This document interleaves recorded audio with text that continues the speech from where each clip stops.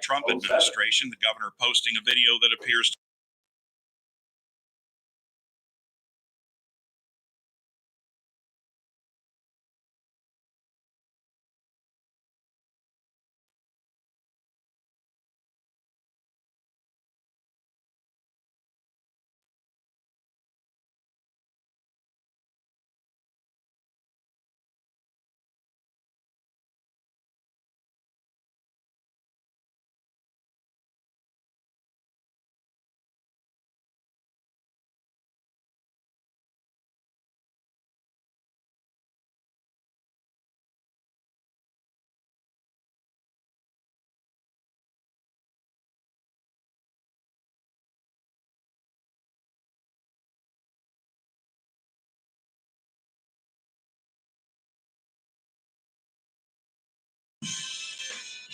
It's the Ralph Bailey Show on News Talk 96.1 and AM 1180 KERN. Now make sure you leave the house when you make the call. You understand me? You hear me? Call from an outside line. I mean it.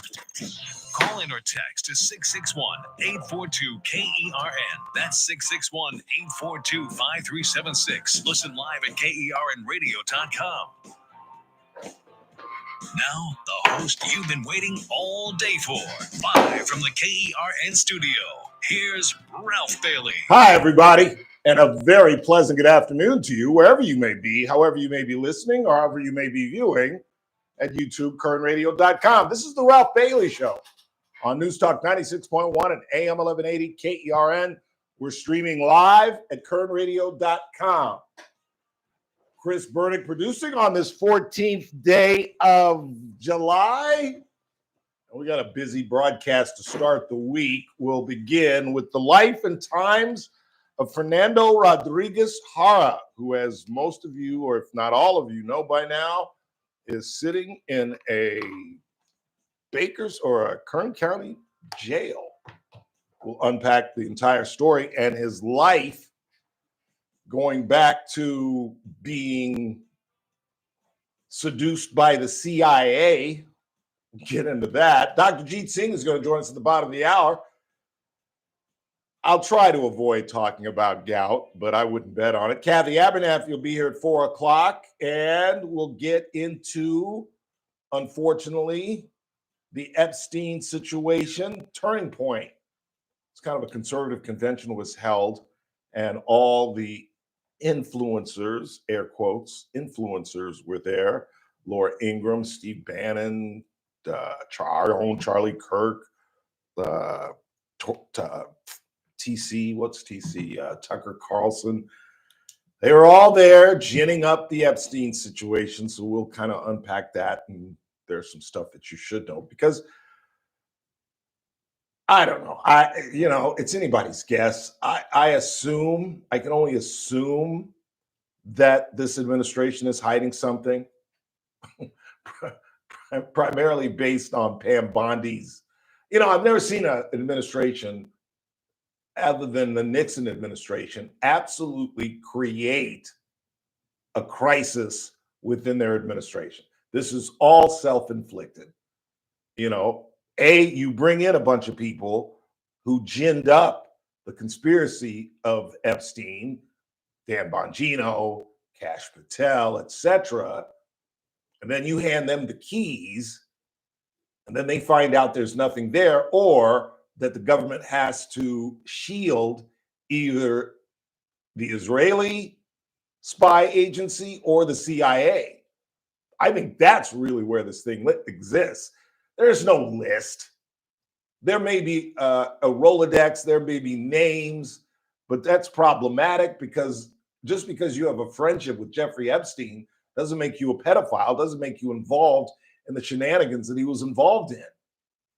But there are a number of holes, and we've got some audio from Alan Dershowitz, who was at one time accused of being part of the Epstein criminality, who swears there are files that are being withheld. And there are a number of other holes that would fuel the influencers. Because remember what influencers live on. I wake up at 7 a.m. and my first thought is content.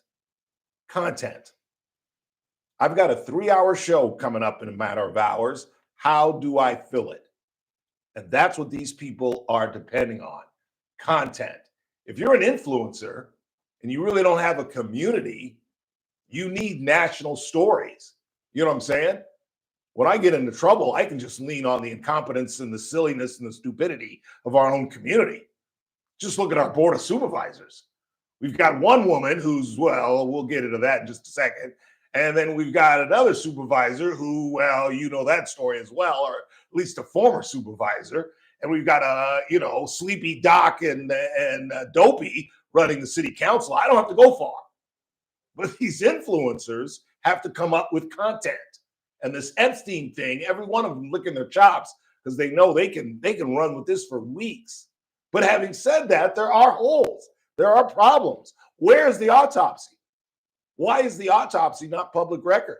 Why does Michael Baden, a very well-respected forensic pathologist, believe that he was murdered? Who was in the autopsy? Dr. Baden. They're all a bunch of questions we'll get to at some point.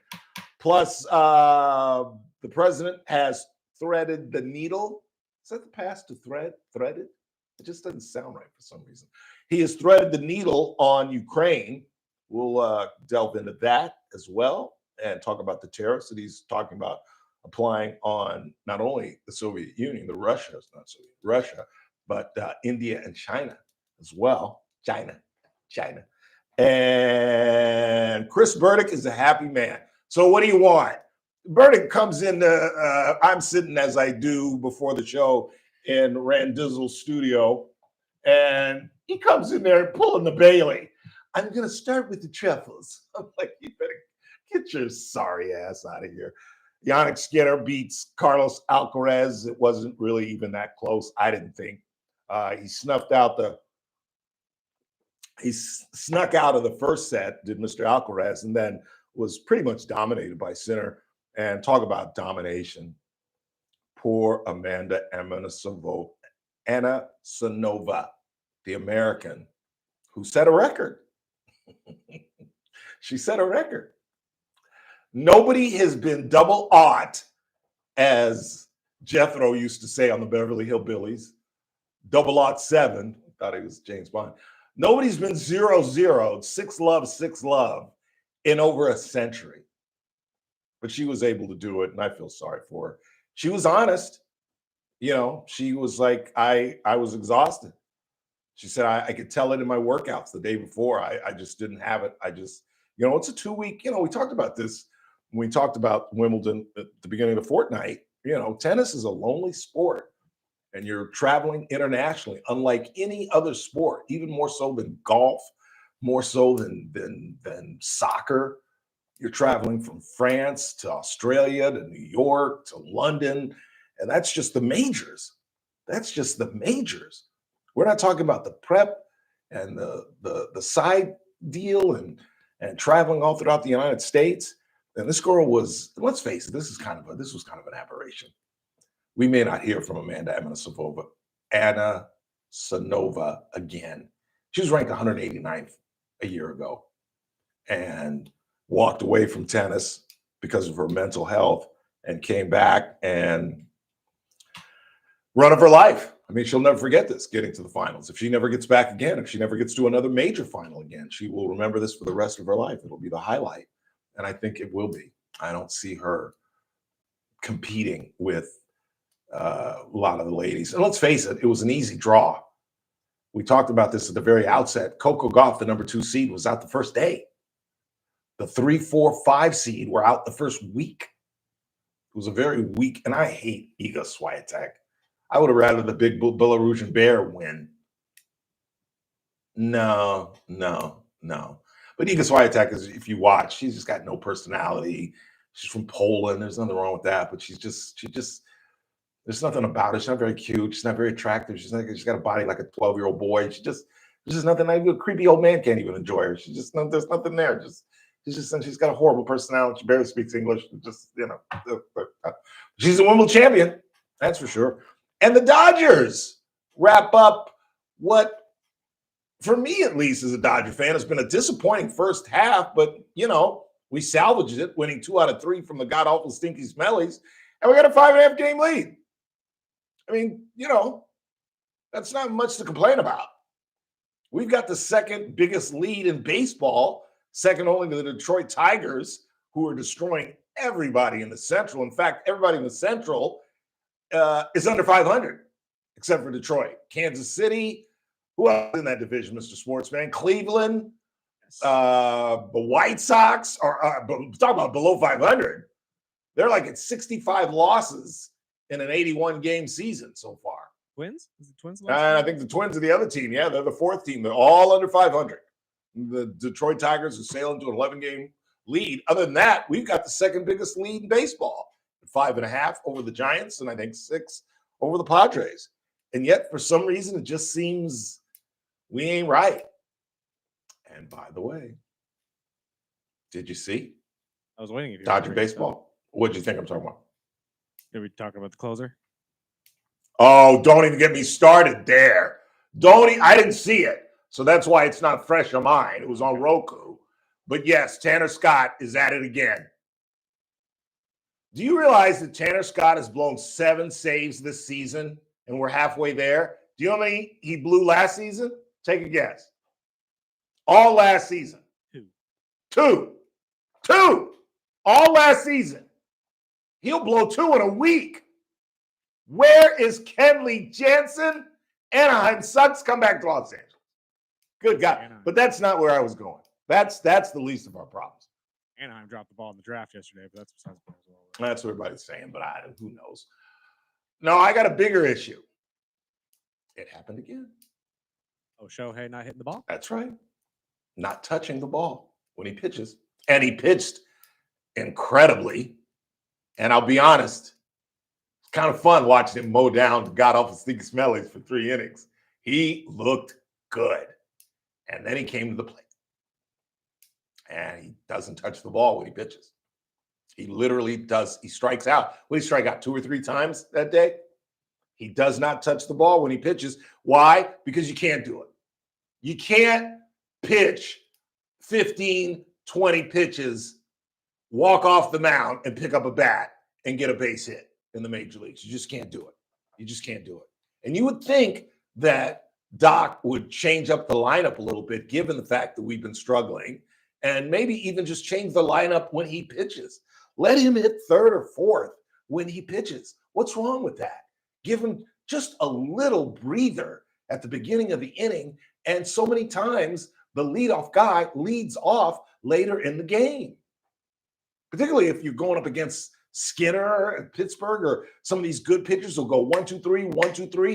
And here we go. 3rd inning. He's got to lead off again. I don't understand it. I really don't. But what do I know? And Taya Leone married Tim Daly. I don't know why I wrote that down. I don't know why that was of concern to me or anybody.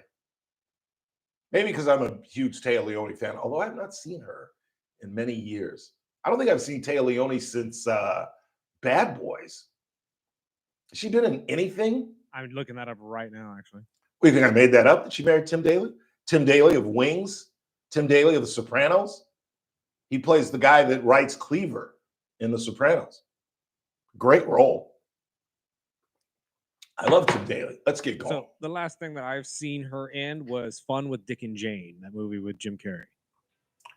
Wow. A horrible film. A remake of Jane Fonda and I can't remember who the star was, the male star. It looks like she had a long-running series called Madam Secretary from 2014 to 2019. Okay. So that's probably the most recent thing. How old is she? She is 59. Wow. So there's hope for me.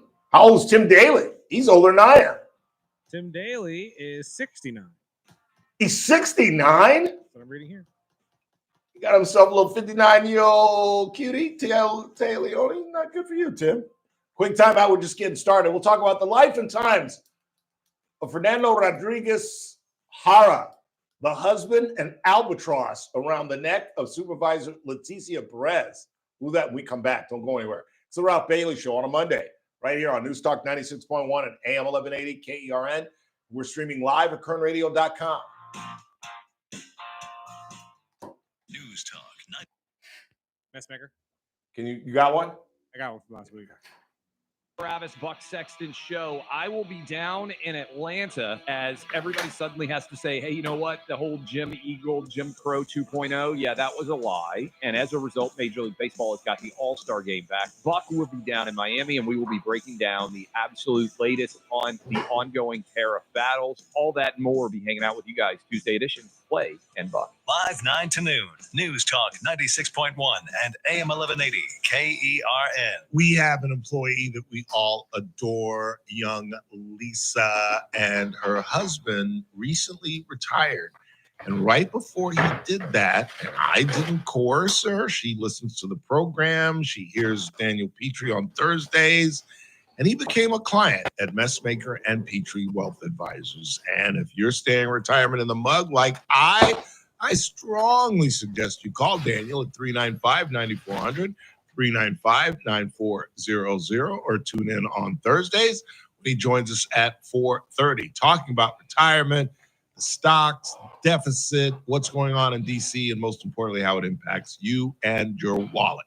Tune in on Thursdays, 4:30 for Daniel Petrie with Messmaker and Petrie Wealth Advisors. This broadcast is for informational purposes only. Does not constitute a solicitation or offer to buy or sell any security, future, option, or other financial instrument, or to offer or provide any investment advisory or other services to any person in any jurisdiction by Daniel Petrie or MPWA, DBA, Messmaker, and Petrie Wealth Advisors. Any views expressed in this broadcast by us are prepared based upon the information available to us at the time, and we are under no obligation to update our views. Hey, everybody, it's that man again, Ralph Bailey for Adaptive Network. You know, it's funny or coincidental that I'm talking to you about Adaptive Network because they literally just left our studios. That's right. We've teamed up with Adaptive Network because they are the best in town when it comes to IT. And, you know, the biggest mistake companies make with their IT is not having a plan. Like I've talked about, as a radio station, when our IT goes down, you hear nothing. So we can't just wait and say, oh, well, we'll call our IT guy the very next day. We have to have a plan. Disaster recovery, security policies, and compliance that all often get ignored. And they also talk about antivirus. Today's cyber threats need layered security,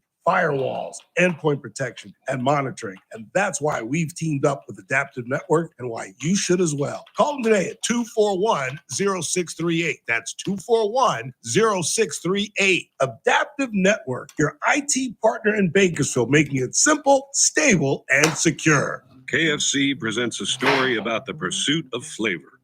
When one executive told Colonel Sanders 4 Phillips boxes was too many, the Colonel decided he had one too many executives.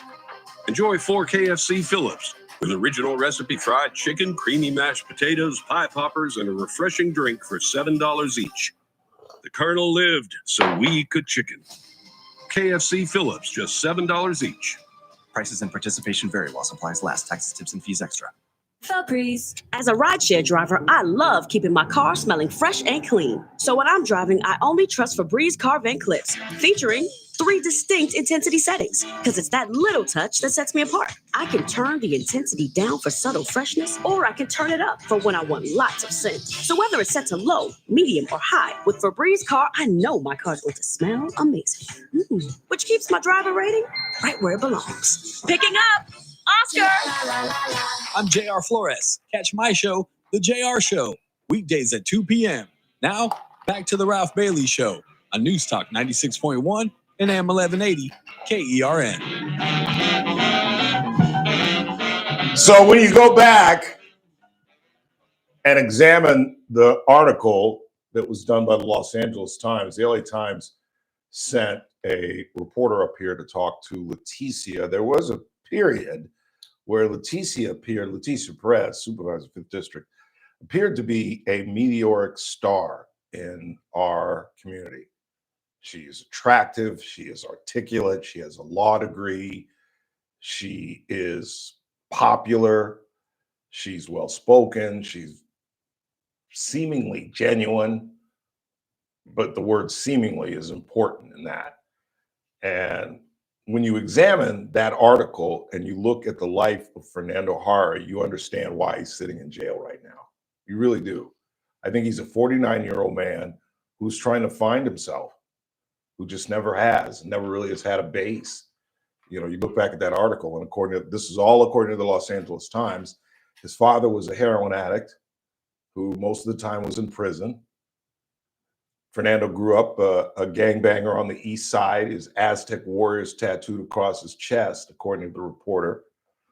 And 4 years prior to 9/11, he converts to Islam and can speak Arabic and sends a Hail Mary email to the CIA.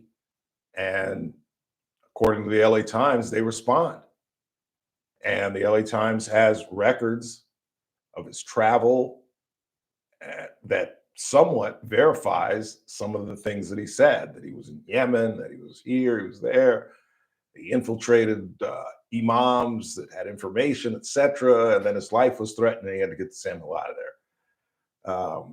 Now, granted, even if all of this is true, he has broken his confidentiality agreement. One of the reasons that I never bought all this nonsense is because, to my knowledge, CIA agents, former CIA agents, you don't know former CIA agents. They don't identify themselves as former CIA agents. They don't talk about their stint with the federal government. But you can't shut up Fernando Jara talking about his experience. And in the article, they chronicle his arrest record. He's arrested in 2007 for public drunkenness, and then a year later for resisting arrest. The resisting arrest was later dropped. He met Leticia Perez in 1996. He was attending. Leticia's father is a pastor, and he attended her father's church. They began dating, according to the Times, in 2005. So she was with him, or at least dating him, when he was arrested those 2 times for public drunkenness in 2007 and then 2008 for resisting arrest. And they finally married in, I believe, 2011. And he has been an albatross around her neck ever since. Right to the point where she was willing to sell her office as supervisor to help benefit him get in the ground floor on the marijuana deal. Right when the marijuana situation was breaking, there were all kind of, trying to select my words carefully, all kind of would-be entrepreneurs. Nicely done, Ralph. That was pretty good. Would-be entrepreneurs who want to get on the ground floor. I'm not going to name their names. You're familiar with them because some of them are cuckoo for Cocoa Puffs, including, in my opinion, Mr. Hara.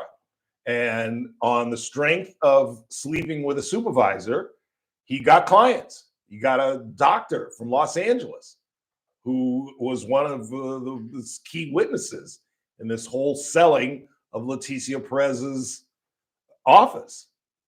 And to be honest with you, you know, she's been fortunate that because he's such a headline grabber, you know, approaching Tyrone Smith in the supervisorial building and making a funk in the lobby following that, and making her cry during the very same LA Times interview. I'll later read the excerpt from the LA Times article where they're talking about something, and she says sometimes it's difficult to deal with Fernando. He gets mad, storms out of the restaurant, the local restaurant that they're at, and she turns to the reporter. Perez turns to the reporter and says in tears, "See what I'm saying?"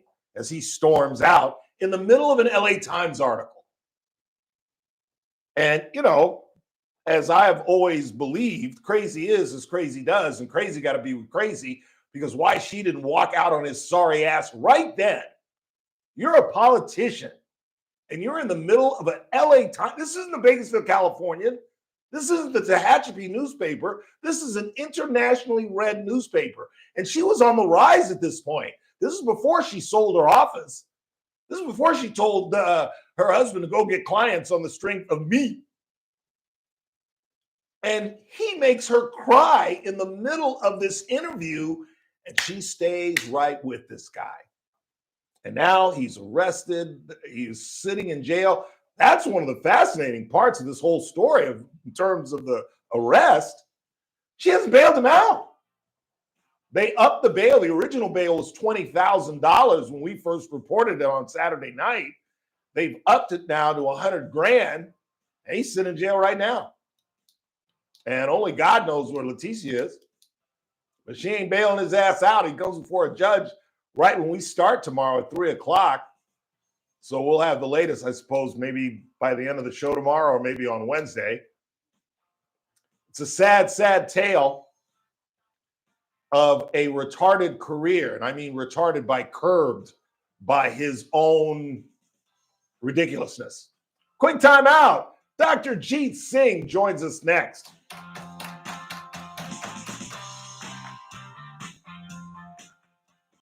News Talk 96.1 and AM 1180 KERN. With SRN News, I'm Keith Peters in Washington. President Trump has announced new measures targeting Russia over its ongoing war in Ukraine, threatening steep tariffs if a peace deal isn't reached within 50 days. Trump also revealed plans for European allies to buy U.S. weapons and transfer them to Ukraine. Patriot missiles are a top priority for the besieged country. Yeah. Former New York Governor Andrew Cuomo has announced he will run for New York City mayor as an independent candidate. Is Jeter still Cuomo, involved? who lost to progressive Democrat Zoran Mamdani in the June primary, says Derek he Jeter? aims to challenge Mamdani's policies, calling them slick slogans with no real solutions. On Wall Street, the Dow up by 88 points, the Nasdaq rose 54, the S&P advanced 8. I know. More details at srnnews.com. One of them. News Talk 96.1 and AM 1180 KERN. I think it's Miami. KERN Newsroom. You're live and local. No, it was news Miami because it on was when they News traded Talk Stanton. 96.1 Yeah, and yeah. AM 1180 KERN. I'm Bill Robbins. The husband of a Kern County District Supervisor has been arrested for allegedly making terroristic threats. Fernando Jara, who is married to 5th District Supervisor Leticia Perez, was arrested after BPD SWAT officers were called in for a wellness check. He was taken to the Lerdo jail. Jara had reportedly caused a scene at a Board of Supervisors meeting when a speaker talked about an investigation into his wife. The Kern County City Serve Network has sent help to Texas to help the people there whose lives have been devastated by the floods. City Serve's Chrissy Cochran says that when disasters strike, they check in with the churches to see how they can help. I'm Bill Robbins in the KERN Newsroom with news every half hour or when it breaks on News Talk 96.1 and AM 1180 KERN. Look who's here. It's the Valpredo family from Luigi's Restaurant and Old World Delicatessen. Gino, I know everything begins with your incredible staff and your familial atmosphere. I love what we have at Luigi's, and I love everybody that works there, and we're all like family, and then our customers are like family, so it's all one great place. And Lynette, I know your passion is the delicatessen. What I love about it is that when you have lunch in the restaurant, you can go next door into our deli and buy anything that's on our menu. Our best sellers are the pasta sauce, Luigi seasoning, freshly sliced meats and cheeses, specialty food items, and of course, my passion, our wine shop. To see plenty of details and all the happiness at Luigi's, go to our social media at Shop Luigi's on Facebook or Luigi's Bakersfield on Instagram. Luigi's Restaurant and Old World Delicatessen, where friends meet.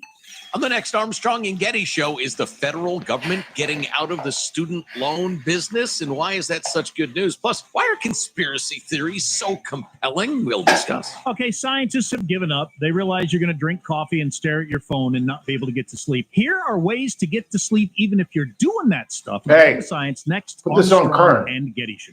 Weekdays On noon Kern. to 2 on News Right Talk there. 96.1 and AM 1180 KERN. The Charlie Kirk Show, weekdays at 6 p.m. on News Talk 96.1 and AM 1180 KERN. Now, back to the Ralph Bailey Show.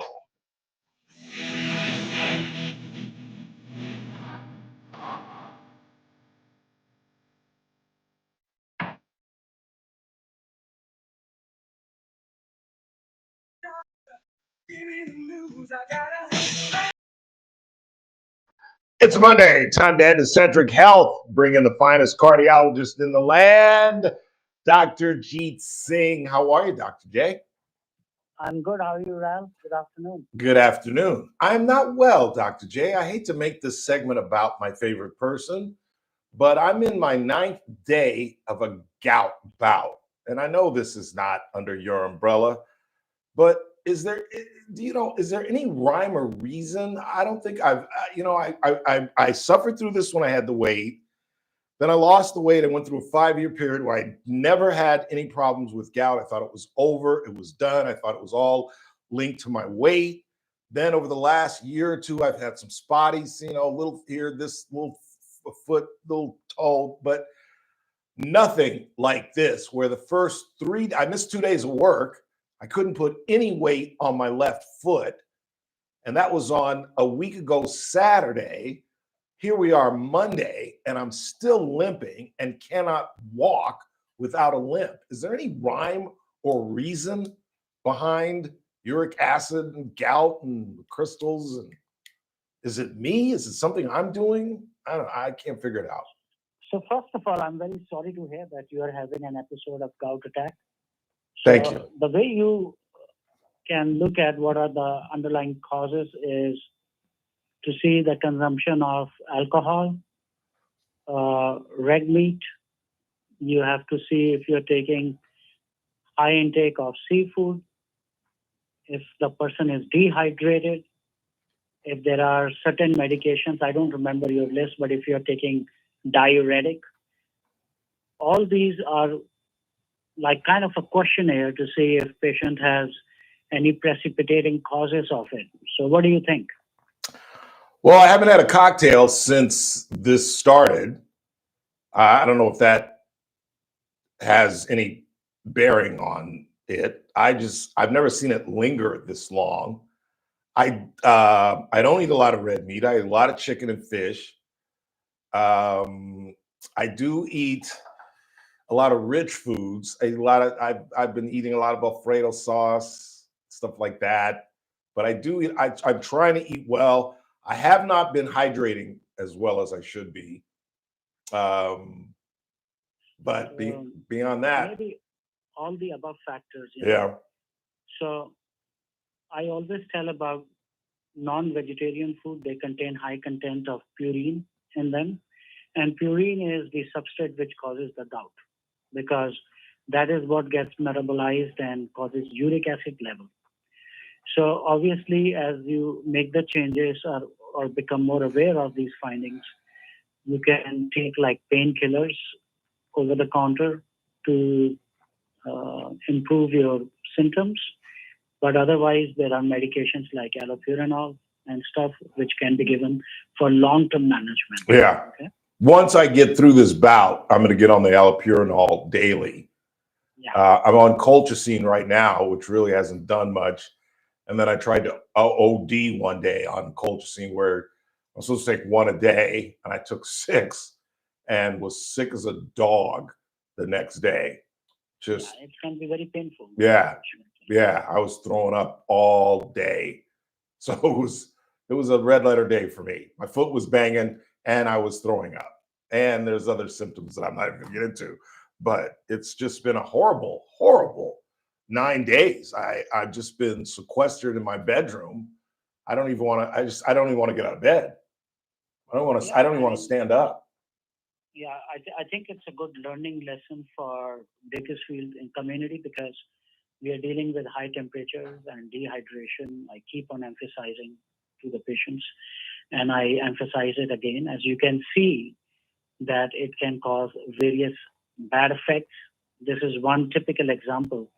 If you eat a lot of red meat or eat barbecue food in general, which is quite prevalent in Kern County, right, and you are dehydrated, it can lead to symptoms which Dr. Bailey had.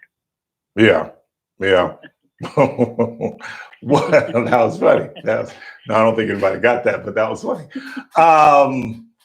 Let's go over the basics. How much water should you drink a day? A gallon. Unless you have a diagnosis of heart failure, you should drink 1 gallon. 1 gallon of water a day. Wow. In general, the total amount of fluid. Just to break it down for people, 1 gallon is basically approximately 130 fluid ounces. Yeah. Yeah. And I've tried that. I've tried to drink the 50-ounce Aquafinas. Trust me, we all fail in it. Unless you have a measured flask, Yeah. you won't come to know the consumption.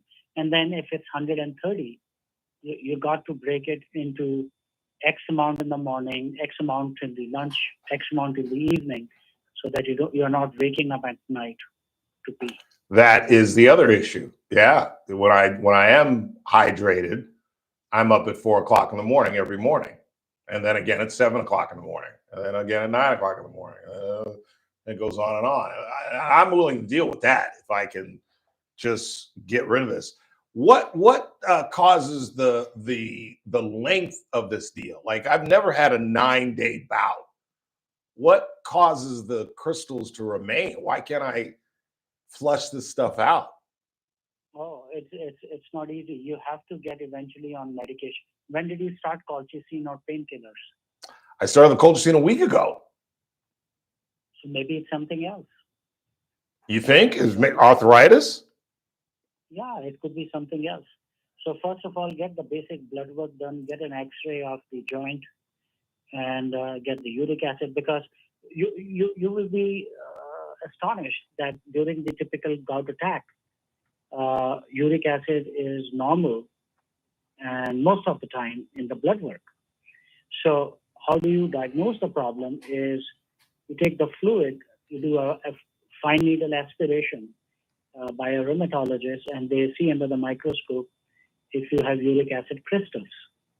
So that's the right way of approaching it. But at least if you do the blood work, you can see inflammatory markers, get anyways baseline uric acid levels.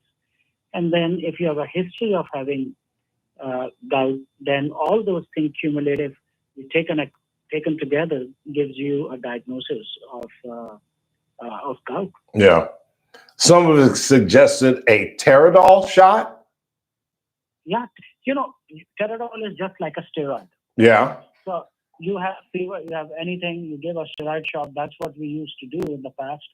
And same thing is Teradol. It will at least relieve your pain, but it won't answer the bottom line question that what was this attack from? So maybe having a clinical evaluation, getting the X-ray of the joint, doing some blood work will give a collective decision what's the next step for that. Yeah. So I should go see my GP. I think so. Yeah. Okay. Yeah, I think that's yeah, because like I said, I've always had 2 or 3 days. I've limped around, missed golf, stuff like that, but missing work and going on for over a week. This is a first. It's never gone this far. Yeah, I mean, you got to address, as you say, all your audience. See your primary care doctor. Yeah. Yeah. Exactly. Yeah. And I'm not due to see him again until September, but I think you're right. I think I have to. I have to go in. Yeah. Anything you want to talk about before I let you go? Nothing much going on. I wanted to emphasize upon intake of fluid, and I do it again and again. Yeah. Because we are seeing a lot of patients are on blood pressure medications, but they are dehydrated. So their blood pressure readings are really coming low. So as we go forward, you got to measure your fluid intake and make sure your blood pressure readings are staying good. They're not really low, below 100. So be cautious about it. Yeah, that's great advice. That really, really is. I don't think people take that seriously enough, particularly now with these really dangerous temperatures. It's crazy out there. Yeah. So the rest is all good. I think we just need to stay cool, and temperatures will be falling soon. Yeah, that's what I hear. 80s perhaps next week. So we'll get a little respite. Optimism of it. It's 1 week left, so let's give it our best to it. Absolutely. Absolutely. Thank you for the advice. I appreciate it. Always great to talk to you. I appreciate you taking the time and coming on the program. Thank you. Take care, Ralph. All right, you too, sir. Thank you. Dr. J, Dr. Jeet Singh. Quick time out. We'll check the board, see what you all are talking about early. Kathy Abernathy will join us at the top of the hour. We'll get into a couple of decisions that the Trump administration is making in terms of Ukraine, the Supreme Court making a decision on the Department of Education. Sayonara, aloha, auf Wiedersehen. Bye, Felicia. Don't let the door hit you. Das vidanya. You got anything else? Peace out. Adios. Peace out. Anything else? Dankeschön is thank you, I guess. Dankeschön. I said, no, that's thank you. That's thank you. That's thank you. Quick timeout. Coming right back. It's the Ralph Bailey Show on a Monday right here on News Talk 96.1 and AM 1180 KERN. We're streaming live at kernradio.com. News Talk 96.1 and Casey? a JR show. We're just going to let Mr. Scrivener disappear into the night, into his little corner, because his life is already ruined anyways. No, there's a court system, and there's rules, and there's laws, and you must obey and abide by them. And when you break those laws, you should go to jail. There should be no special treatment because your aunt is the district attorney, and she's able to call the sheriff. And if you're worried about protecting the kids, then his ass needs to be in jail because they need to be protected from him. The JR Show, weekdays at 2 p.m. Can't wait till I get back up on my feet 100%. I can walk up to KC Steakhouse. I know what you're saying. Ralph, you just got off the phone with your physician who told you not to have red meat. Well, see, that's the beauty of KC Steakhouse. One of the things that I've stressed over the year or two is that Chef Daniel has expanded the menu, and there are options for those that want to hang out at KC Steakhouse, be part of a big party, let's say, or just enjoy the restaurant itself, the waitresses, the bartenders, the atmosphere, but don't want to go with red meat. You can have the Ralph Bailey, the chicken breast with a spinach and mushroom sauce, or any of the fine fish dishes, the mahi-mahi, the halibut, the swordfish. Don't forget about next door. I heard JR was there this weekend hanging out. It is a great, great speakeasy-like bar, the Stockyard, that's been an absolute game changer for KC Steakhouse. Get in and make sure you check out the Stockyard. Just go in and have one of their craft cocktails. It's KC Steakhouse, longtime sponsors of the Ralph Bailey Show.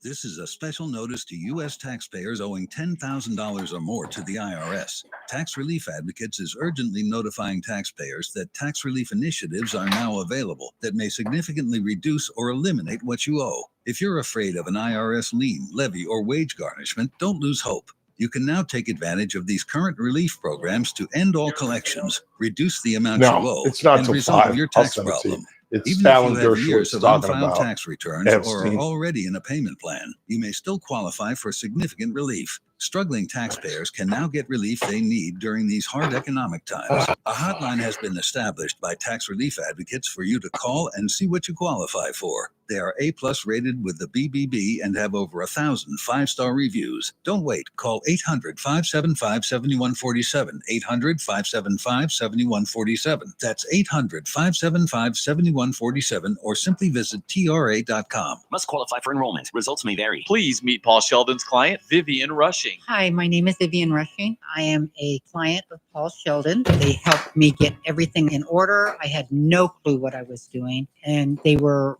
wonderful. The staff is amazing. Lynn and Kelly go out of their way to make you feel comfortable when you walk through the doors and make sure you have everything that you need. Paul is very accommodating. He uses himself as an example to help you understand the process of the insurance and what benefits you should be looking at and what you shouldn't be looking at, and how to go about getting it together. I have recommended Paul Sheldon. Just a couple of days ago, I was in line to get my medications, and this gentleman was talking about retiring and didn't know what to do. I told him, contact Paul Sheldon. He's the best. I just want to say thank you, Paul Sheldon. You're wonderful, and your staff is amazing. When Medicare matters, our team has the answers. Team Paul Sheldon. 398-2298. The Armstrong The and what? Getty Show, weekdays noon to 2 on News Talk 96.1 and AM 1180 KERN. Now, back to the Ralph Bailey Show.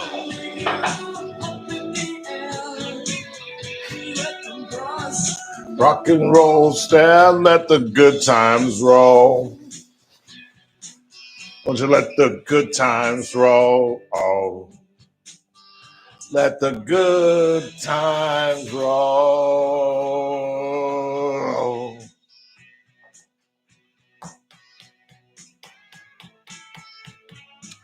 Eight 842-537-6842 KERN.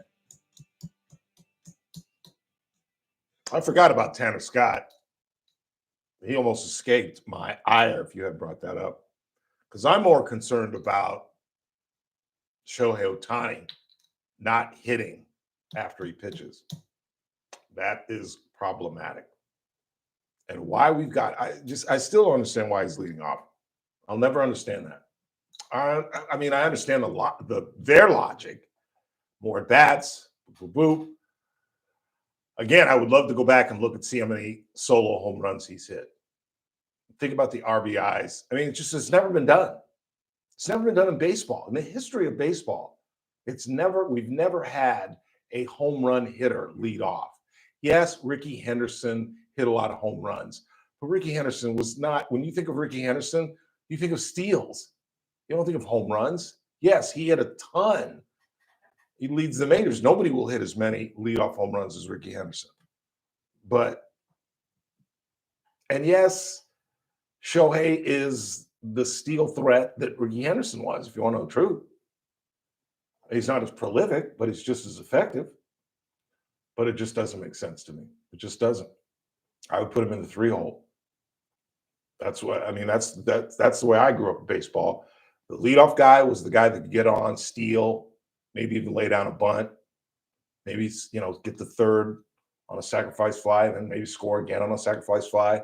Second guy was the guy that could go to opposite field, could lay down a bunt, could take on a hit on a steal, or go to the opposite field on a hit and run. And the third player was your best hitter, period. And your fourth hitter, obviously, was your home run hitter.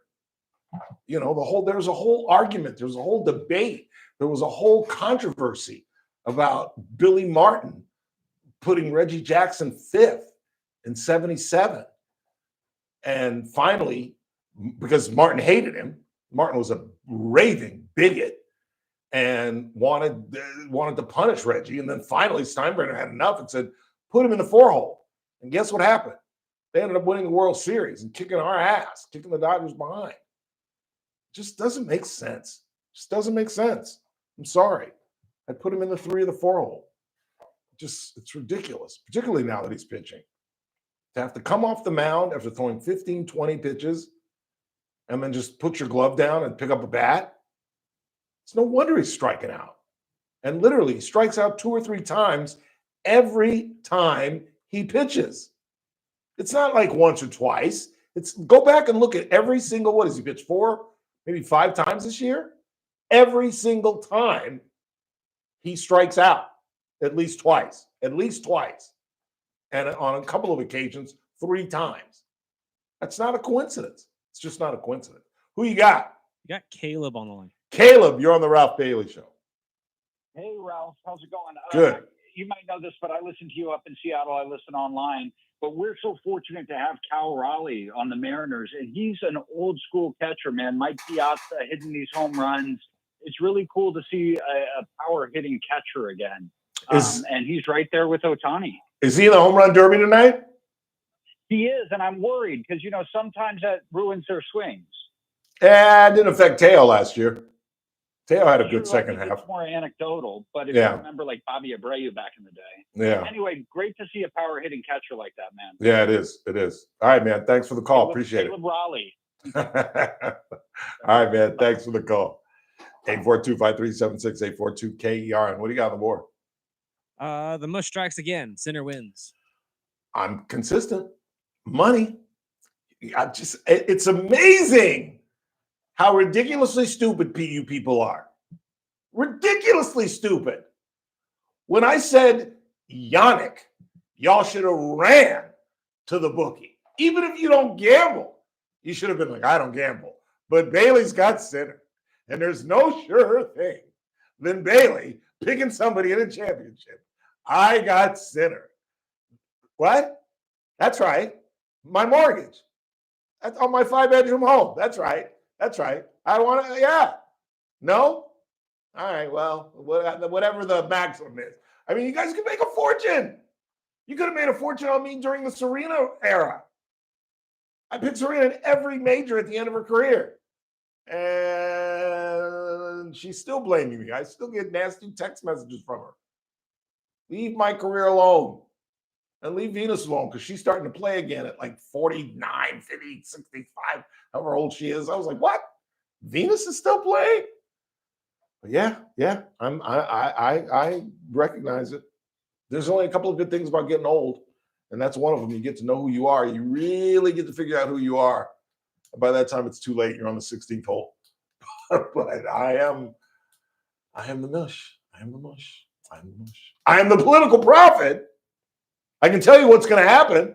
For example, on Wednesday morning, Jasmine Baines will announce she is running for Congress. Put that in your mush and smoke it. The political prophet has spoken. Where's my, please stand by. The political prophet has spoken. Jasmine Baines will announce on Wednesday. Done deal. You heard it here first. Breaking stories left and right. God, I should get back into journalism. I was the first to report on Hara. I had it first. There's no weekend newspaper. And you really think the JV, the weekend cruise on television, had this story Saturday night? Negative. I had it about 8:30. And again, journalism isn't me digging through files or, pumping people. People trust me. And they tell me things that they have no business telling me. Or they tell me things that they know the community wants to know, and they want me to say it first. And I had it about 8:30. Called Mr. Flores, told him. We kind of sat and laughed about it, if you want to be honest with you. I laughed, at least. Because I mean, it's not funny, because this guy is going through a mental breakdown that began years and years ago. And it's being enabled by his wife, who wants to. And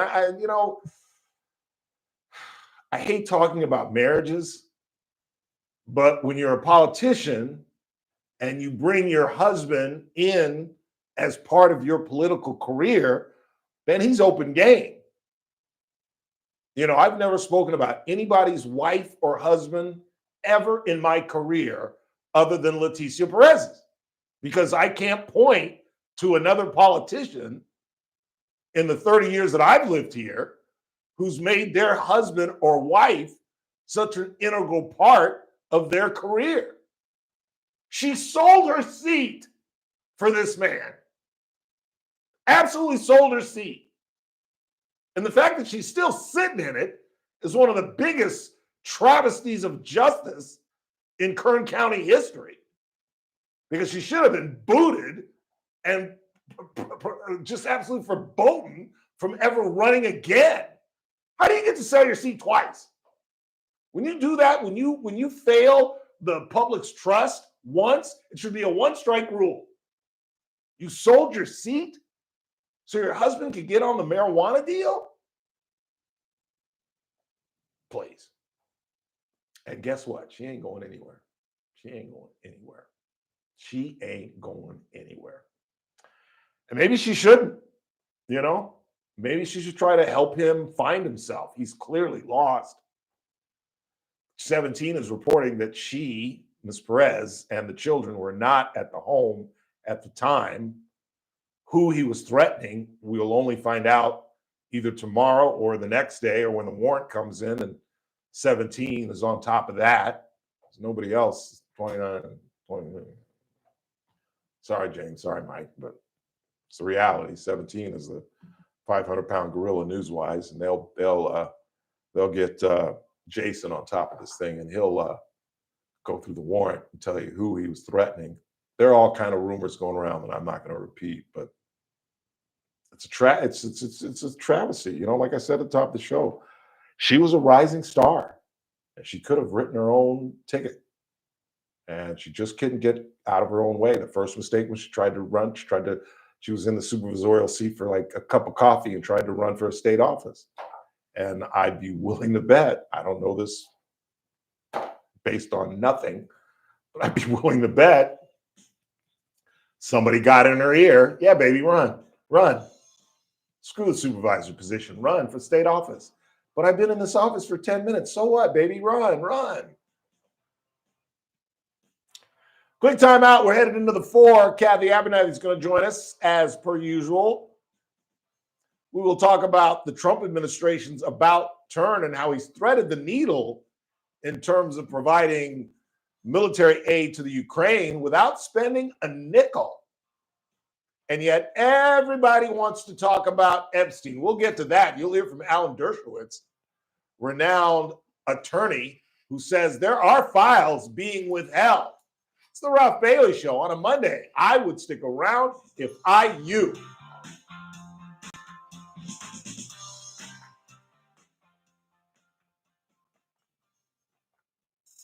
This is AM 1180 KERN. Green Acres. This is 96.1 FM.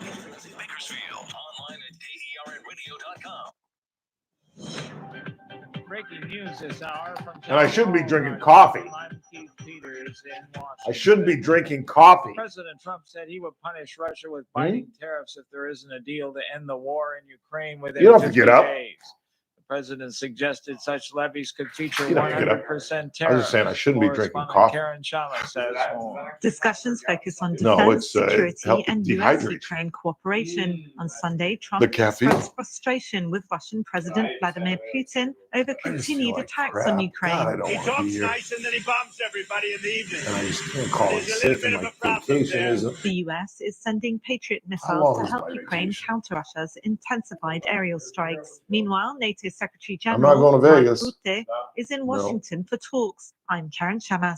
Former President Biden is defending his use of the auto pen in the face of stiff criticism from Donald Trump. White House Just not feeling correspondent it. Greg Clugston reports. When it comes to the pardons and commutations he granted toward the end of his term, Biden said he made every single one of those I know, there's decisions. no way I can win. He told the New York Times he did not personally And what sign am I the going- and paperwork, bet- and he bet approved baseball? use of an auto pen device because there were Two several bill- thousand 250 to win warrants. 100? Biden argued that use of the auto pen is legal and said President Trump and other GOP critics are lying when they claim he was incapacitated and that his aides misused the auto pen. Greg Clugston, Washington. A wildfire destroyed a historic Grand Canyon lodge and is continuing to spread out of control Monday 2 after weeks. it had been allowed to burn for days.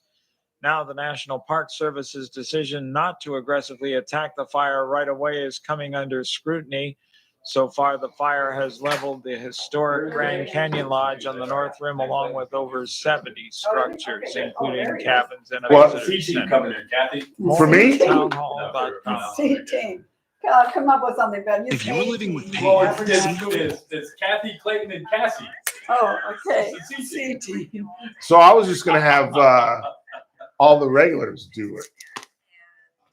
Get Teresa Tuesday. See if Howard will come down Wednesday. I almost called and asked him what you want to do. Like, you want to do an hour? I just don't know about Thursday. Most people deaf, but It's JR. Oh, no, it's this one. It's JR. Every time you started to turn them down, I noticed. That's worse than I am, dude. Because I used to put them on and be like, oh my God. That's right. What am I thinking? Yeah, who we get for Thursday? I still Right, haven't sorry. figured out how to see this. Should I do this? or should I Yeah. pull it up on- And the guy that drives me to LA wants to do one. I throw him a bone. Oh, What about Bentley on Friday? Could he do 3 hours? Yeah, I don't know about like that?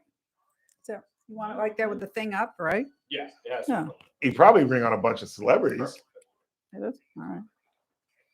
I'll ask him. I don't know. You're not going to what, though? The 4th of August, 4th through the 8th. I put it in. No, I thought. Yeah, just heck, I think we wanted to recently do you guys say Marcus wants to Thursday or Wednesday. And then Thursday and Friday. I think Howard will get a kick out of that. You're having Clayton and Cassie? Clayton will be good. That'd be good. What does Cassie do? I can't. Ooh, that's not bad. Has Cassie ever done it? Yeah. She has? Yeah, when we used to do the guest host before Bob put the kibosh on it. Oh, yeah. I used to have everybody. Corey did it once. For an hour, you know. It's not so- Although I forgot he doesn't like that either. Yeah, true. True. Oh, Lord have mercy. So, So who's going to the Dodger game? Yeah. It's going to be the girls, Kathy Scribner and Laurel Sheffield. Laurel Sheffield. Laurel Sheffield. She's on the Central Committee. She's a See, that's more fun than red me. hair. No, it I'll have more isn't. fun than- Well, that's fine. You have your busy life or your vacation, right? Going to the coast, going to play golf. I'm not going to Vegas. Well, I know. that's smart. If you want Yeah, to go to 'cause I- Vegas, stay here and sit outside. Well, I won the last time I went to Vegas. Like won big. I won everything I touched. I won What playing do you blackjack. play? Blackjack? I played. I won 2 of the 3 nights I played poker. What's I the won. minimum on blackjack now? You have to. Well, it depends the on the 20 hotel or- you're in. No, at the Strata it was like $10, 10 a hand. And if you get to like the 4 Queens, like early, they've got some $5 hands and one-handed, one deck. They still One have one deck? deck. Yeah, yeah, That's nice. yeah, yeah, I never heard of that. yeah. That's why I love downtown. That's why I love Fremont Street. But I know I won't win. What's the original one downtown? Does that still exist? The Oh, famous. Binions. Oh, more Binions famous or- than that. The Original. Oh gosh, Kathy. no. You know it if I said it. Hour 2 of the broadcast on this Monday, 14th day of July. It's the Ralph Bailey Show. News Talk 96.1 and AM 1180 KERN, streaming live at kernradio.com.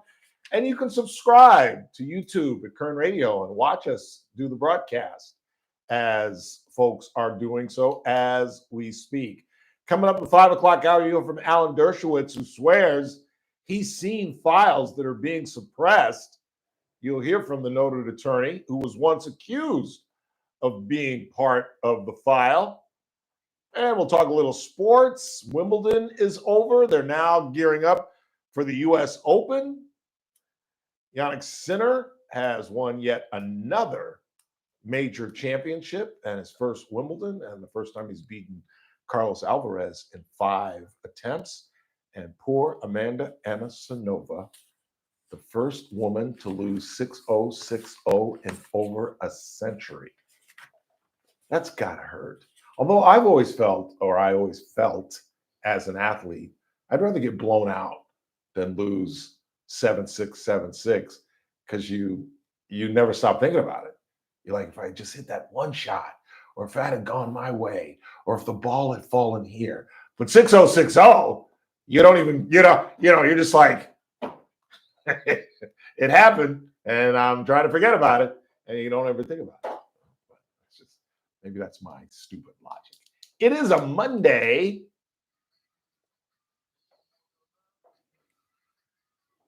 Head out on the highway. Kathy's looking for adventure. Professor Kathy Abernathy. How are you, Professor? I'm doing good. I'm doing good. Yeah. A lot going on, seems like, in the news. It does. It does. Choose a topic. I don't have much info on most of the ones you're talking about. I don't know anything more. This Perez, I took it when I first saw the little bit on Perez's husband that it was with somebody other the threat than the family. That's what I'm I don't presuming. know. 17 is reporting that Leticia Perez and the children were not in the home at the time Of the arrest. or the incident. I assume. Oh, maybe well, I it thought was. it was the arrest. I thought. Well, Don't quote maybe- me. I only read a little bit 2 days ago, whenever it was. I haven't followed up. But It could have been the arrest. Who knows? We'll find out when the warrant hits. That's for sure. 17 is also reporting that he got a little belligerent with the police department, which isn't surprising. no. But Sad. what do you do as a politician when you have an albatross? Have you ever had a client that's had an albatross of a spouse? No, I don't think I ever have. I mean, I would know if I didn't know. They've all been very good, because it's tough to be a spouse, particularly appreciating the amount of time that the politician has to spend, away from a house every day, or depends on whether they're national or local. But no, But I think this is, from what I've read of the past, a long time coming, I presume. Yeah. So, but He's lost. He's lost. And I There's think, something- one of the reasons I went back and read that LA Times article is you get a real sense of who this guy was. He had a father who's apparently clean now, but grew up a heroin addict. He didn't have the dad in the home. He was a gangbanger for a while. I didn't know that. I really forgot about that. And he's just lost. And I think that's what this whole CIA thing was. I think apparently, according to the LA Times, that there was some truth to that he was and recruited he was by a these CIA people. agent.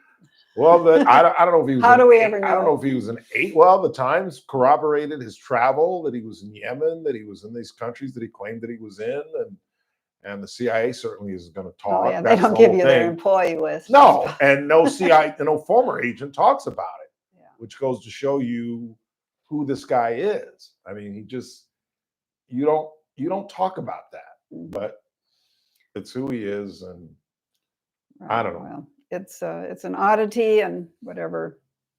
Yeah, like you said earlier, people's marriages. It's very difficult for any of us to comment and think we know what is or isn't going on. So Nobody knows what's going on inside of a marriage No. other than the two people involved. They That's really right. don't. Even the in-laws, the parents, the kids don't know what's going on. It's between those two. And why she's elected to hang with this guy is anybody's guess. Anybody's guess. Because I would have ran from him. I would have ran from him when he made me cry. When I'm being interviewed by the LA Times, and my wife makes me cry or embarrasses me in the middle of an LA Times interview. Like, really, baby, you couldn't wait until I'm just, what are you doing? that was such an odd. That was probably the most odd thing I'd read was that LA Times during it and everything. But yeah, where she turned to he storms out. She's saying something to the effect that it's kind of difficult dealing with him at times. He storms out, and in tears, she turns to the reporter and says, "You see what I'm saying?" Yeah, and it's like, yeah. Good googly moogly. I don't But know. love is powerful, and how do you tell somebody not and to they have love children someone? and all that Yeah, matters. All yeah. those things matter. So, but well, nationally, lots going on. Donald Trump just doesn't stop. He's just constantly. And it looks like he's got some plans. He's diverting some funds via the NATO to Ukraine. Brilliant. Yeah, I wonder if that was his or one of the many. I think his cabinet, everybody's got around him, are very sharp. Some of the sharpest we've ever seen. But Tucker Carlson and Laura Ingraham and Megyn Kelly and everybody that needs content won't let this Epstein thing die. Just won't let it die. And maybe, I'm going to get into it in 5. I suppose there are some reasons that they're curious about this. There are some holes in this thing. I would just think, as Republicans, let it go. Whenever Republicans are on the same page with Jamie Raskin, there's a problem. You know what I'm saying? Because Raskin is loving this, implying that Trump is hiding this for Trump because he's involved. You really think that if Trump were involved with Epstein, it wouldn't have come out by now? The Democrats wouldn't Biden be. would have. Thank you. Some intern to Biden because he wasn't in charge. Yeah, Hunter would have released. Hunter would have released it. Hunter would have released it. Yeah. Jill and Hunter would have released it. Right. The only curiosity I have on that whole story is the part about him committing suicide.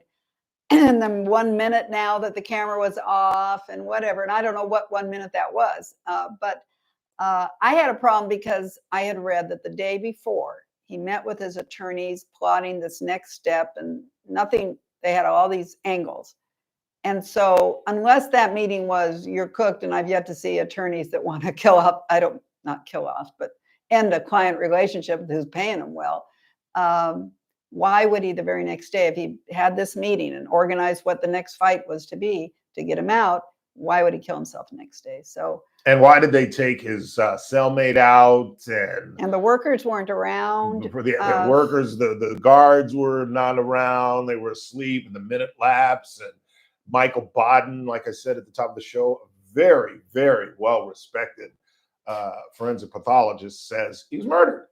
He's murdered. It's something about the bone where if you hang yourself, the bone is higher because obviously the rope comes up or the belt or whatever you're hanging from, as opposed to being choked, which would be lower. And that's open and shut. Well, and somebody else I thought said there was nothing in your cell you could hang yourself with. Now I don't know about your bed sheets, if you even get sheets. What do I know? Thank goodness I don't. But yeah, I don't know what he used, but yeah, certainly if it was Donald Trump or any other big Republican, the Democrats would have leaked it. I think I don't know what it is, but as I don't know. My Hail Mary guess is he was a spy, either for Israel or us. A spy? Yes. You haven't seen. Well, what's that have to do with all the traipsing and women and all that stuff? Well, I think that was just his own separate deal. Oh, I see what you mean. I don't think that was tied to him being a spy, or maybe it was. Maybe he used that as blackmail. I don't know. I have no idea what I'm talking about. And there was somebody, I don't know if you have for your segment when you do this, something about his Florida charge, and it was a Republican attorney general, and they let him off. Alex Acosta. Yeah. And Alex Acosta, that's what I based this on. And that's what I'm going to talk about. It was Alex Acosta back in, and Vicky Ward, an award-winning British reporter, was the one that reported this. Acosta is going up for labor secretary. He was the U.S. attorney that cooked the deal that gave him a kind of a pass on the charges of pedophilia. And they cooked up the sweetheart deal. He was the U.S. attorney. Then when he was coming up to be labor secretary, he supposedly testified that Epstein, quote, belonged to intelligence, was the quote she used from Acosta. So and that would have been what, 10 years back? 20. Oh, that long many. Oh, yeah. okay. Yeah.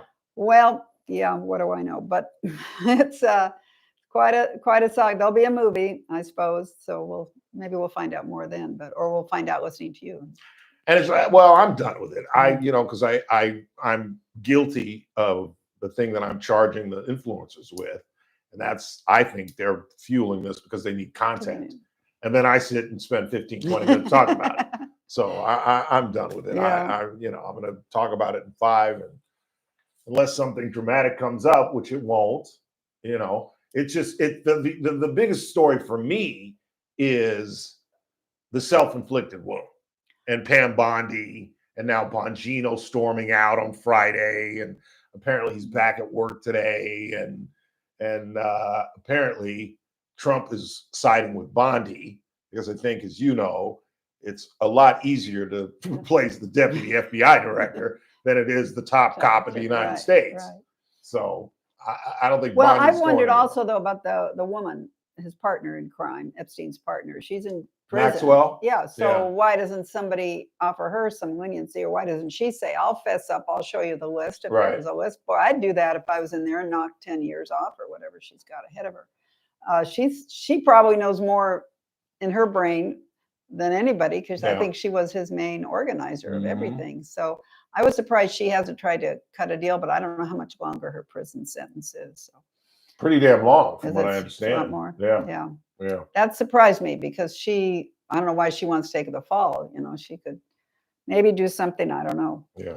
I was interested though, just to point out all this talk and this tragedy in Texas. But the immediate response from Democrats and just some news people is about, was the Weather Service cut down on employees and all this sort of thing that would have changed the outcome. And I just want to let people know that they have $1 billion budget. They still have that for the National Weather Service. 5,000 employees, which is the part and then 122 of them are forecasters. Okay, so 5,000 employees, 122 forecasters. I would presume if I ran the Weather Service and someone said cut the number of staff, I'd probably go with the non-forecasters. Though you'd keep them. Well, I'll tell you, Kathy, I watched a lot of video this weekend. And the video because the initial of the video was the flood itself. And I don't understand how people in the middle of a flood can be sitting here throwing their phone around viewing it, but they did. They did. I mean, some of the video is unbelievable. I mean, people in their homes and the front door being just crushed in by just, 8 feet of water. That's tragic. And they're thinking, but now the video over the weekend was the beginning. And I am convinced, and maybe this is a wrong assumption to make based on just these videos that I saw, but I saw at least 5 different videos of people standing around and watching it start to come. And they'll be like, oh, here it comes. Here it comes. And they just stand around. It'll be a 10-minute video. And I'm telling you, each one of them, by the 8th minute of the video, they're like, we got to get out of here. Let's go. Whoa, it's tearing the bridge down. Oh my God. And I'm telling you, I think that's how a lot of people were lost, because they didn't know just how powerful water is. You know what I'm saying? Particularly the kind of soil there, they're saying it doesn't absorb it, so it just goes up like And it said in just 30 minutes. destroys everything. I mean, I literally saw 5 different videos of people just, and yeah, Bobby Joe, here it comes. And then by the end of the video, they're all running for their lives. And I'm like, I bet those people didn't make it. I bet a lot of those people didn't make it.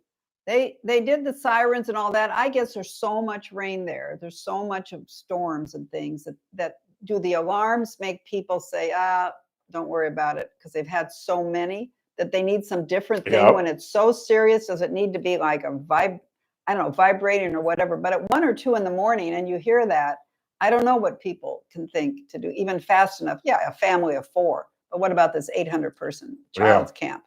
And so, or if the river rises every time there's a big storm, but this was, well, of course, they say over the years that they've had something, not as much, but they have had some big surges in the water level because of the storms.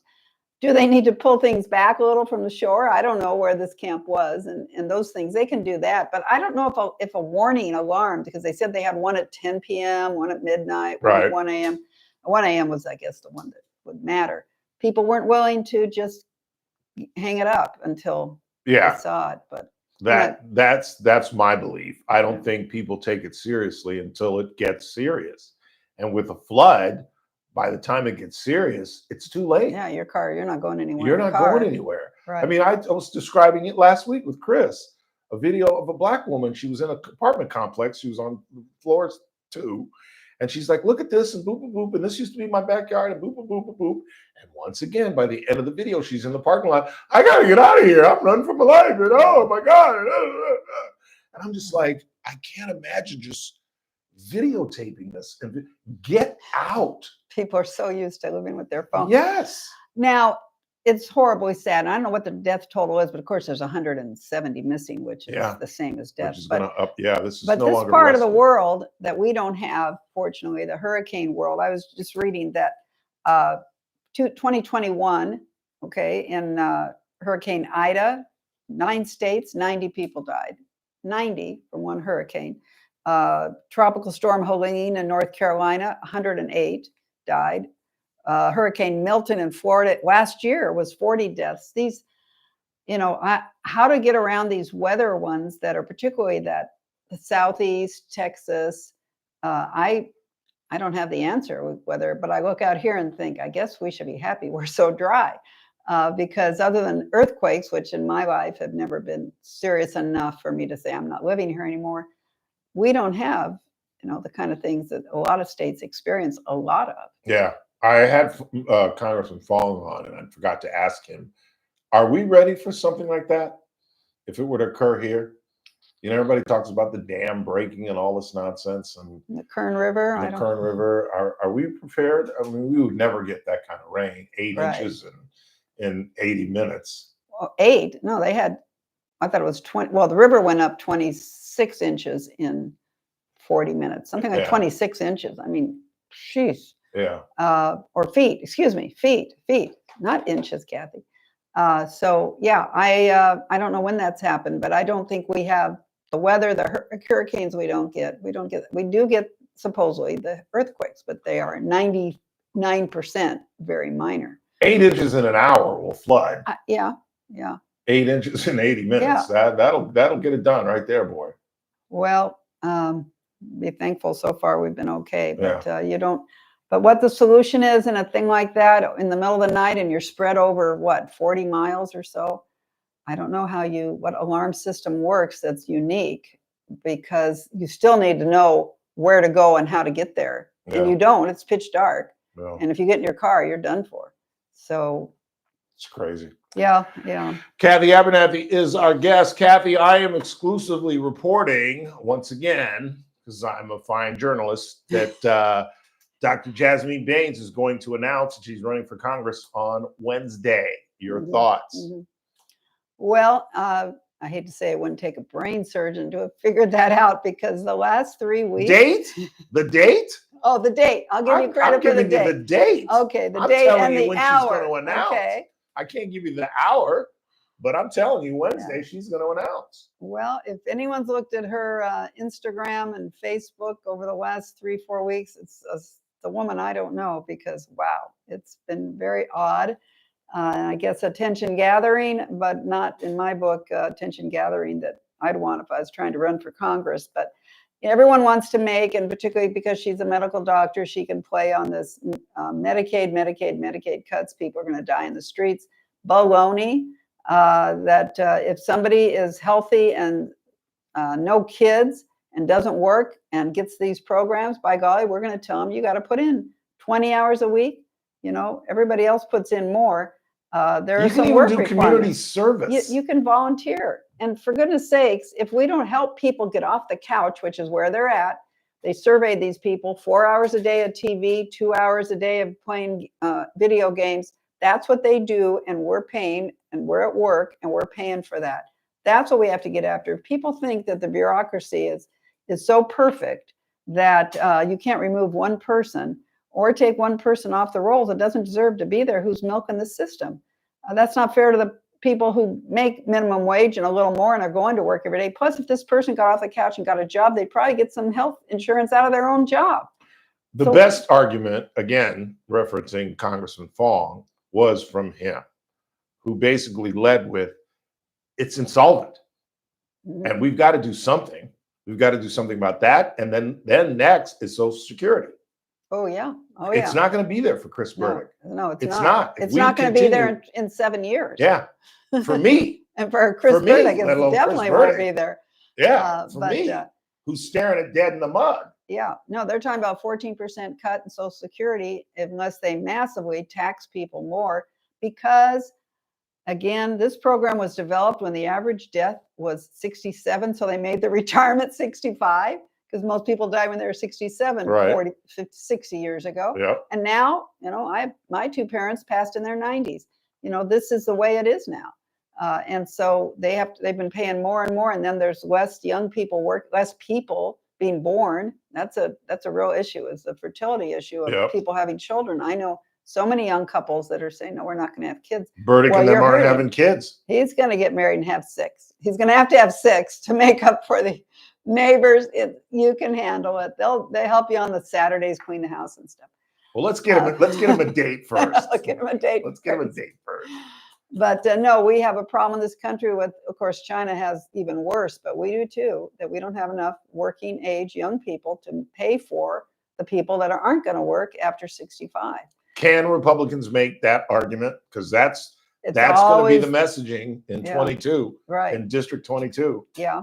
I think why I heard your interview with Vince Fong. I thought he did an excellent job describing the issue, and I hope Mr. Valadeo was listening, because I think he really faced it strong, center front, and had the facts behind him. And so I think the other thing is, by the time of the election, you're going to have to show all these people who've been taken off against their will, who are, like 80, a pregnant woman, 8.5 months pregnant, and they cut her off a month ago.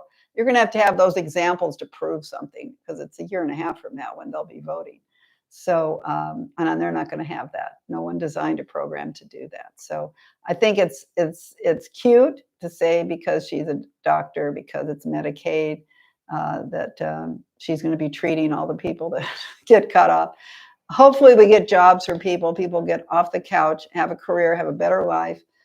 As I mentioned on the show, or when I was hosting, the principal of an elementary school in the south part of town said to me that when the parents are on any kind of full-time welfare program, their kids don't make it to school on time. The little ones don't make it half the year. The older ones show up around 11 because they can walk. You got to have parents with jobs to get up in the morning, get their kids out of the house, and get to the work. That's how it works for the kids too. Yeah. So it's critically important that we have an active workforce, and it's the healthiest way. And I can't see retiring at 65 in this day and age, but that's going to be a problem for those that want to. I think Valadeo is going to stave her off. I don't think she's very well liked. I don't think she's very charismatic, and she's not very liked by the Sikhs. There is some split. I don't totally understand it. Yeah, I don't get it either, but there's a big split in the Sikh community. It really, really is. Right. Yeah, I think he'll do fine. He'll be out there campaigning, explaining. Yeah, it's going to be another tough campaign for him. Always good to see you. Appreciate Thank you, Ralph. Kathy Abernathy, everybody. Yeah, I didn't think he's going to win, but now I do. He can't talk his way out of anything. Who? Valdeo, he just. I was listening to Vince. I thought, Vince, I'm going to tell Vince, you need to sit down with him. He doesn't. Valdeo can't explain stuff. Yeah. And he's so unhappy all the time. So. Yeah. Vince summed it up well. He did a really good job. Yeah. You should rerun that show sometime. Good. Did we post that? Which one? The Vince? last time we had fun? Yeah. Yeah, I think we did. I think we posted it which I still on the haven't blog. found. No, on No, the no, on kernradio.com. Oh, The Yeah. actual Kern Radio website. Okay. Yeah. I believe that. I think we did too. Yeah. Did you post what's her name? Yes. Sweet. Just a Thank little you. show story. Thank you. All right, Kathy. So you're good for the 4th? August, yeah, Monday. All right, you're a Yeah, stone I then. will do that. Okay, cool. Thank Okay. you. Thank All you right. very much.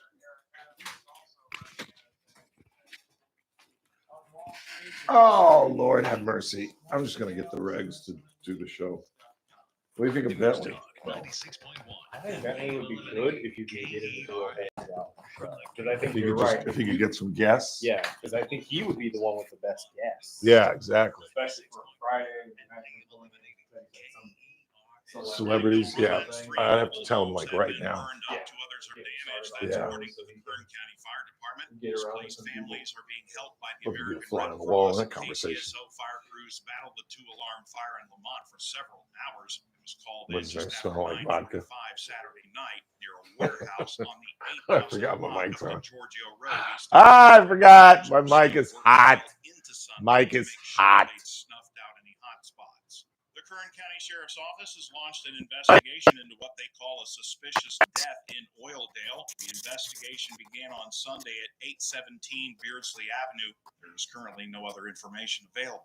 I'm Bill Robbins in the KERN newsroom with news every half hour, or when it breaks on News Talk 96.1 and AM 1180 KERN. This is a special note. Who's that to kid US Jared was talking taxpayers to? owing $10,000 or more to the IRS. Tax Relief Oh, yeah? Advocates is urgently notifying taxpayers that tax relief initiatives are now Kwan available. Su, the boss is here. Reduce or eliminate what you owe. If you're afraid of an IRS The lien boss is or here. wage garnishment, don't lose hope. Raj. You can now take advantage of these current Yeah. relief programs to end all In the collections, middle of reduce July. what you owe, and resolve your tax problem. Even if you have years of unfiled tax returns or are already in a payment plan, you may still qualify for significant relief. Taxpayers can now get relief they need during these hard economic times. A hotline has been established by Tax Relief Advocates to reach out and see what you qualify for. They are A+ rated with the BBB and have over 1,000 5-star reviews. Don't wait. Call 800-575-7147. 800-575-7147. That's 800-575-7147, or simply visit tra.com. Must qualify for enrollment. Results may vary. Tuesday edition Play Trailers Buck Sexton Show. I will be down in Atlanta as everybody suddenly has to say, hey, you know what? The whole Jim Eagle, Jim Crow 2.0, yeah, that was a lie. And as a result, Major League Baseball has got the All-Star game back. Buck will be down in Miami, and we'll be breaking down the absolute latest on the ongoing tariff battles. All that and more will be hanging out with you guys. Tuesday edition Play and Buck. Live 9 to noon. News Talk 96.1 and AM 1180 KERN. You're listening to The Ralph Bailey Show. Catch me weekday morning 6 to 9 a.m. on First Look with Scott Cox. News Talk 96.1 and AM 1180 KERN.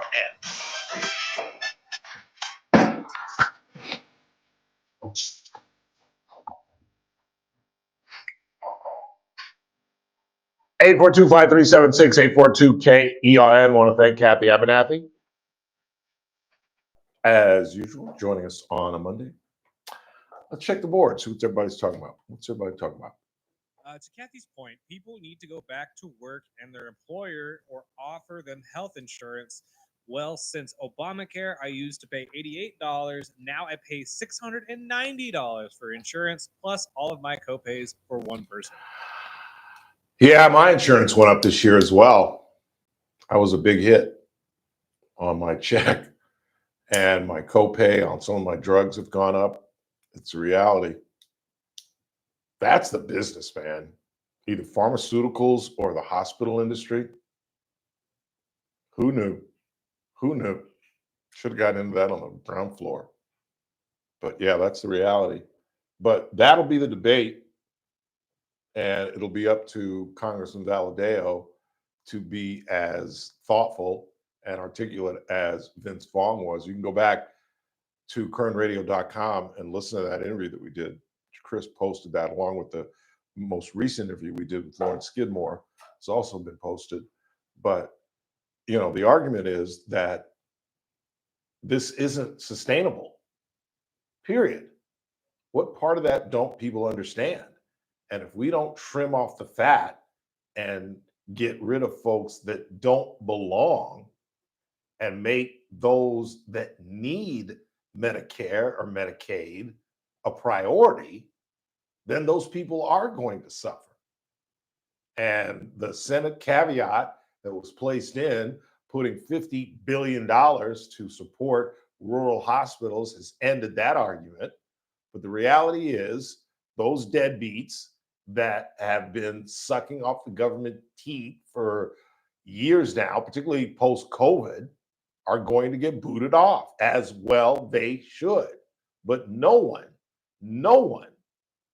who is supposed to be on Medicaid is going to be booted off. And that has to be the debate. And Baines is going to come strong starting on Wednesday. It's what we're reporting. She's going to officially announce on Wednesday. She could do the Lyndon Johnson and say, screw Ralph Bailey, and announce next Wednesday. But my pretty good sources tell me she's going to announce Wednesday morning. And that's going to be the whole campaign. She's got nothing else to run on. Valadao is beloved in that district. And she's just not a very charismatic person. I don't know her. I've been in rooms with her. I've been to functions with her. But people that know her, people that have talked to me, just say that she's just, you know, just kind of vanilla. Not very charismatic. And really hasn't gotten a whole lot of things done.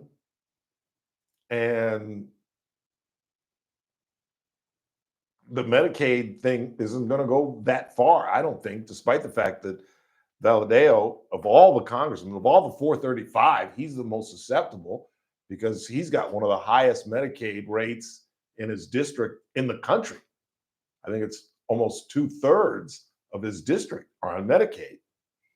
But I think they know who David Valadao is. I think they trust him. I think they know that there's more good in this bill than there is bad. And that's what he's got to say. He's got to say your taxes didn't go up. And we're getting rid of the dead weight. We're making Medicaid solvent for your children and your grandchildren. And this is a good bill. It's a little underwater right now. I don't think people really understand all the good that's in the bill, but it's clearly underwater. There's no question about that. It's not a very popular bill. That's just the reality of the polls. But I don't think they're going to punish him for this. I really don't. And the reality is, a lot of the impact doesn't occur until after the midterms. So it will be all about messaging. It won't be about impact. There will be no impact until after the midterms. So we'll see what happens. What else you got? Ralph, I hear cannabis oil rubs help a lot with gout. Cannabis oil rubs. I'm done. Thank you. I appreciate the advice. I appreciate the concern. I'm going to wear this thing out, and then I'm going to get on the allopurinol. That's the bottom line. I've been avoiding it. It's stupid. When I had my first bout after 5 years of not having any, I should have got on the allopurinol right there. Two of my best friends are on it. They take it every day, and they say they haven't had an attack since they've been on it. And I've just been stupid and just tired of taking pills in the morning and have avoided it. But that's what I'm going to do. This has been you have no idea how debilitating this has been, and just how just what a rotten 2 weekends I've had. Just laying in bed watching television. That's all I did. I never left further than my front door after 6:15 Friday. Got home about 6:15, 6:20, had dinner, went to bed, woke up, watched tennis, the American Century, where Chuck Barkley shot at 81 on Friday, and then he couldn't break 90. He had the round of his life, literally. Said it was the round of his life. Never shot at 81 in his life. And he did it on television, and he did it in front of people and with people standing along the fairway. He shot at 81, and he couldn't break 90. Shot at 96 Saturday, and I think he broke 100 on Sunday. It's a fun tournament. Did you watch it at all, the American Century? I didn't get to catch it, no. Oh, it's a fun tournament. Jason and Travis played together. Jason's horrible. Travis is a little bit better, but not much. I'm always surprised that Annika Sorenstam doesn't do better. Like, you're a former pro. Like, how do you let guys that play for fun beat you as a former pro? And not only a former pro, but some women will argue she's the greatest female golfer ever. I disagree. I would go with, who would I go with? Maybe Kathy Whitworth, or, I mean, I'm an old school cat. I might go Joanne Carner, Babe Didrikson Harrison. They go way back before my mother was even conceived. But and apparently she tees off at the same spot that the men tee off, other than on the par fives. She gets to go to the red tees on the par fives. But it's a fun tournament. Carson Daly did well. Steph Curry is a former champion. Didn't play that well. Tony Romo's a former champion. He didn't play that well. Smoltz got into it on Sunday. That was fun. Smoltzy's a good player. Smoltz beat Tiger. He gave him a couple of strokes, but he's beating Tiger for some money. Smoltzy's a really good athlete. I saw some footage of Smoltz this weekend getting into a fight back in the 90s. What else you got? Trump will crash the market. Rich people want the market to crash because millionaires will buy up stocks cheap, knowing that the market will go back up. Meanwhile, people lose their homes, businesses, and 401ks. Oh, please. The economy is booming. You Democrats are so bitter. It's Trump phobia. Enjoy the fact that the economy is swimming along. And the tariffs are working out. It's the Democrats' biggest nightmare. Has anybody said the R word? Remember they were talking recession. Haven't heard that lately. And our money man, Daniel Petrie, will join us on Thursday. Haven't heard that. And now he's figured out a brilliant way to send military aid to Ukraine and not have to spend a dime. This is absolutely brilliant. And if a Democrat did it, it'd be 54-point, bold, top of the fold headlines. Biden sending military aid with no money. We're not paying for it. NATO's paying for it. In fact, the president was with Mark Rutte, I believe is the way it's pronounced, the U.S. UN secretary, who was the former prime minister of the Netherlands, I believe. In fact, here is the president talking about his disappointment with Vladimir Putin.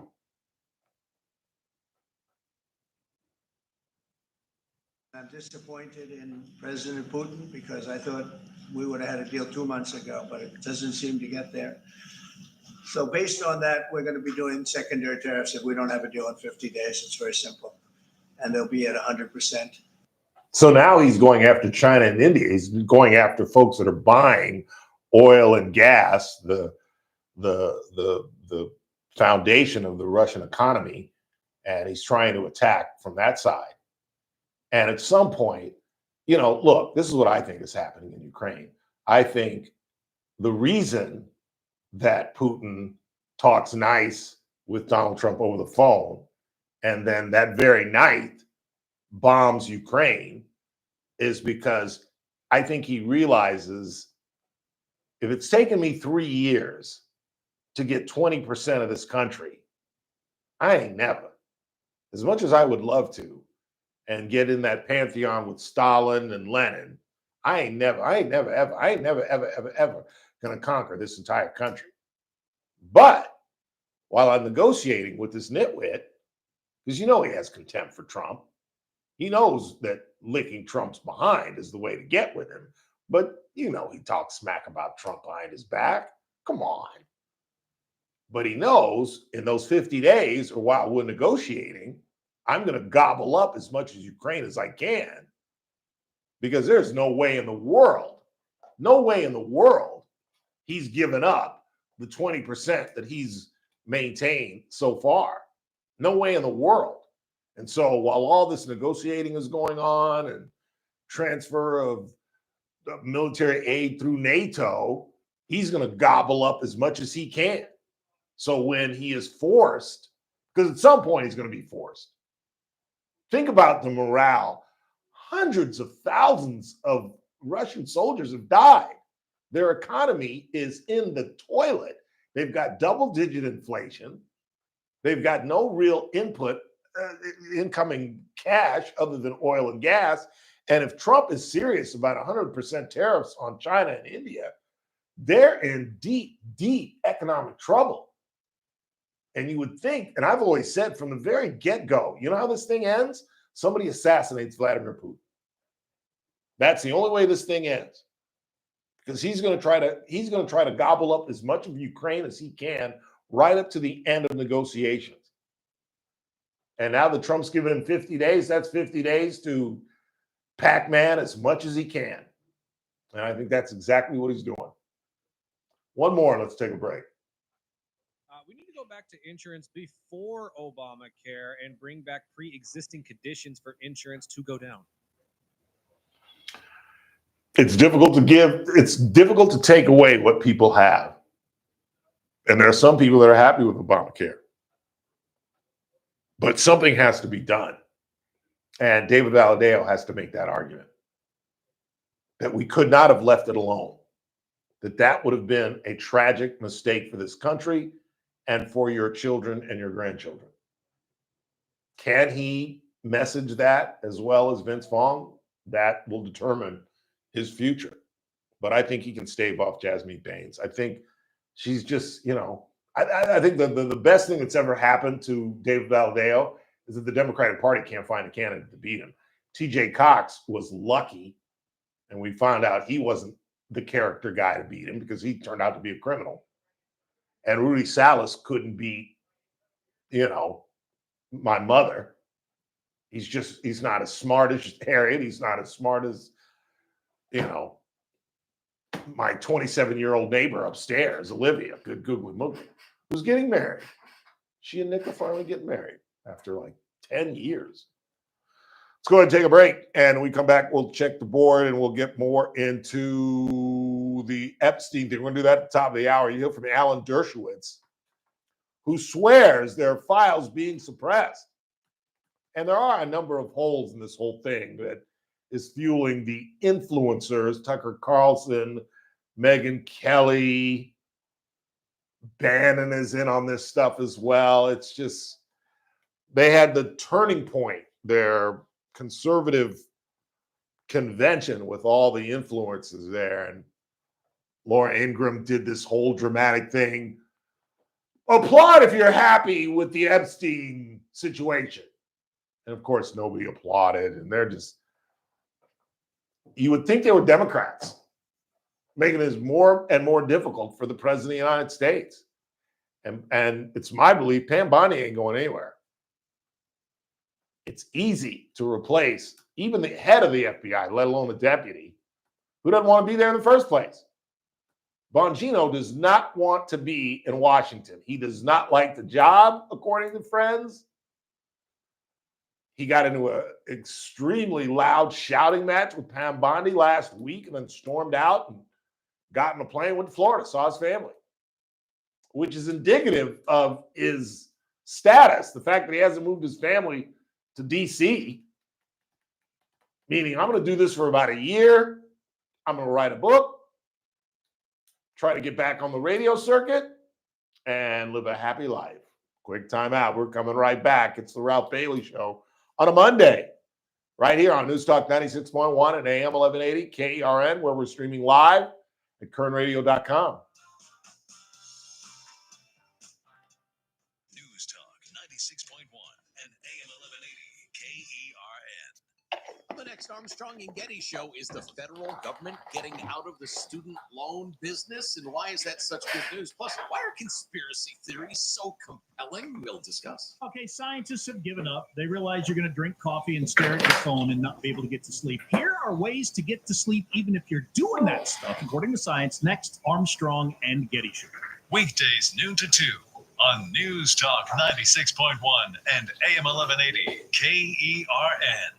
Attention, Medicare beneficiaries here in Kern County. If you are eligible for Medicare and looking for a doctor who listens and cares about you with minimal wait times and prompt referral authorizations, it's time you learned about QualCare IPA. QualCare IPA contracts with most Medicare Advantage health plans and provides you with access to a large network of outstanding doctors and quality hospitals right here in Kern County. Medicare Advantage health plans go beyond original Medicare benefits coverage, and understanding these coverage differences may be confusing. Call us today, 661-554-4544. Let us help you understand your healthcare options for 2025. Call today, 661-554-4544. That's 661-554-4544. Get the information you need and the coverage you deserve.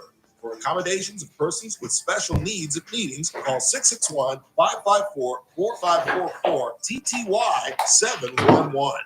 Hey, it's JR for Bakersfield Weight Loss. Do you want to know the secret to resetting your metabolism so you can get your excess weight off and keep it off? The secret is Bakersfield Weight Loss. I've been working out for years, cutting calories and not seeing the scale move. It was because of my metabolism. That's what sets the Bakersfield Weight Loss program apart from others. They help you stop the yo-yo dieting and reset your metabolism to burn calories faster and keep your weight off for good. You may have tried the GLP-1s like semaglutide injections to lose weight, only to find out that you had terrible side effects and you didn't lose much weight. And if you did, you just gained it all back after going off the drugs. It's time to take control of your metabolism and end the cycle of weight gain and frustration. The Bakersfield Weight Loss Program helped me reset my metabolism, and I lost 25 pounds last year, and I've kept it off. This program has helped over 70,000 people lose weight by resetting their metabolism to keep their weight off for good. Schedule that free consultation today by calling 661-449-1150 or online at bakersfieldweightloss.com.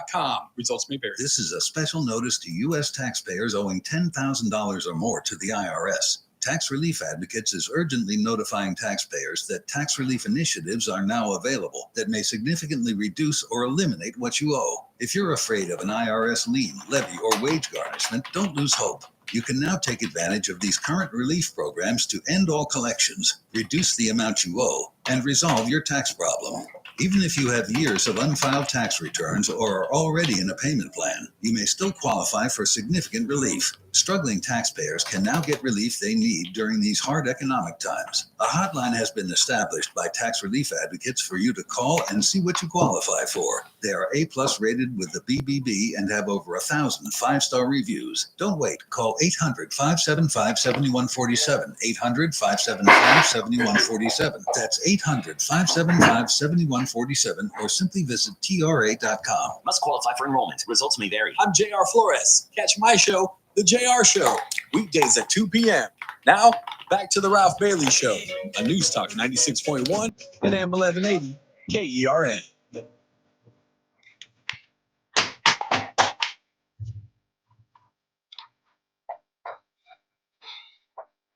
I like to see people fall deeply in love. Yeah.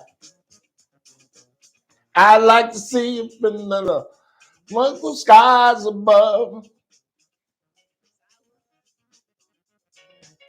I'd like to see you fall deeply in love. Yeah. I'd like to see you in the mother skies above. Boogie on reggae woman. What's wrong with you? Boogie on reggae woman. 842-5376, 842-KERN. Didn't even go see Superman. Nope. Tell you, I got in my house at 6:15 Friday. I never left. Please stand by. Angela Frazier. Good googly moogly. What could this be? Angelo. Please save the date on December 14th. We will be calling for another community city prayer gathering in opposition to this coming event, a drag queen Christmas at the Fox Theater. 2 years ago, over 200, more than 200 people came out and sang, prayed, and gave testimonies. It's unacceptable. Fox Theater can do better. So Kern County deserve better. I agree with you, Angelo. If they want to have a drag queen Christmas show, who cares? Really? I mean, who cares? I don't understand why people want to put their morals and their personal religious beliefs on everybody. On everybody. For those that believe in that, let them. Hey, 842-5376, 842-K. I just think there are bigger things to worry about than a drag queen show at the Fox Theater. Really? That's our priority? Okay. All right. I got bigger fish to fry in my own personal life, my own professional life, my own world. I got bigger things to do than worry about transvestites. You know what I'm saying? Or what impact they may have. It's not like it's communicable. It's not like if you see a transvestite, it's going to change your child and they're going to want to be a transvestite. Like, what's the fear? What's the great concern that the sky is falling because transvestites exist? Now, transgender athletes and participation in sports, whole different ballgame. You're denying young female athletes an opportunity to participate because a biological male is taking their spot. But if a man wants to dress up like a woman, come on. I couldn't possibly care less.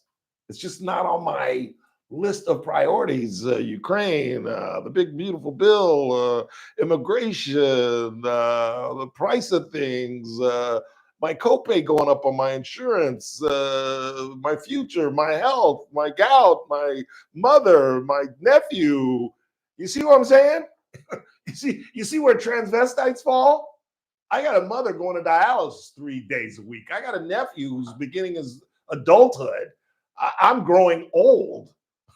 I've got a job I've got to worry about. I've got a lot of things on my mind, way beyond whether transvestites perform at the Fox. But if y'all have that kind of time and you can prioritize that high enough in your life, knock yourself out. Go join my good friend Angelo Frazier. Let's read 2 text messages before we get into the 5.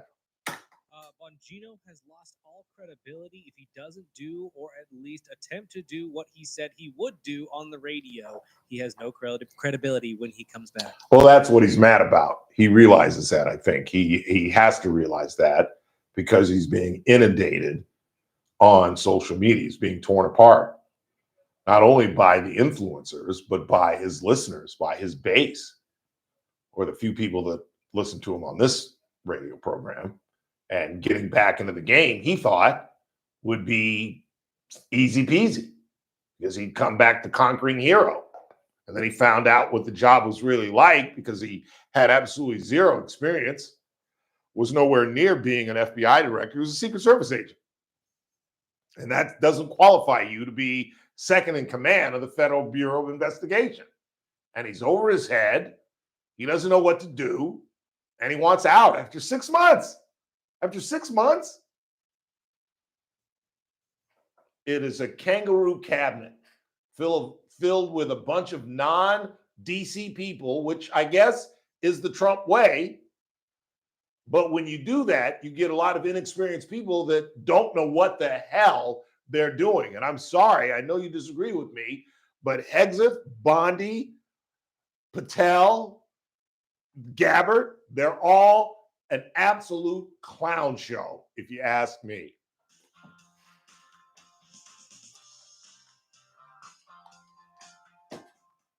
This is AM 1180 KERN. Green Acres. This is 96.1 FM. Bakersfield. Online at KERNradio.com. Breaking news this hour from townhall.com. I'm Keith Peters in Washington. A fatal shooting at a Lexington, Kentucky church remains under investigation, though details are beginning to filter out. The possible motive may have been an act of vengeance by the gunman who fled there after wounding a state trooper. 2 female victims were pronounced deceased at the scene. Police Chief Lawrence Weathers. The suspect was shot by responding law enforcement and was pronounced deceased at the scene. The Fayette County coroner identified the 2 victims as 34-year-old Christina Combs and 72-year-old Beverly Gum. Relatives told the Lexington Herald Leader. The suspect arrived looking for Combs' sister, with whom he shared 3 children, according to witnesses. When told she wasn't there, the suspect allegedly said, "Someone is going to have to die then." Audio courtesy WLEX 18. I'm Jennifer King. The Trump administration is being sued over frozen after school and summer funding. More than 20 states are suing President Trump's administration over billions of dollars in funding for after-school care, summer programs, and more that is now frozen. Programs for more than 1 million students are at risk because of a Trump administration freeze on education grants. Congress set aside money for the programs at Boys and Girls Clubs, the YMCA, and public schools to provide academic support, enrichment, and childcare. But Trump's administration says it wants to make sure recipients' programs align with the Republican president's priorities. I'm Julie Walker. President Trump has announced new measures targeting Russia over its ongoing war in Ukraine, threatening steep tariffs if a peace deal isn't reached within 50 days.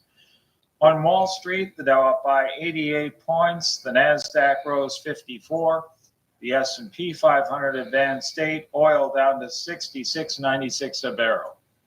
More on these stories at townhall.com.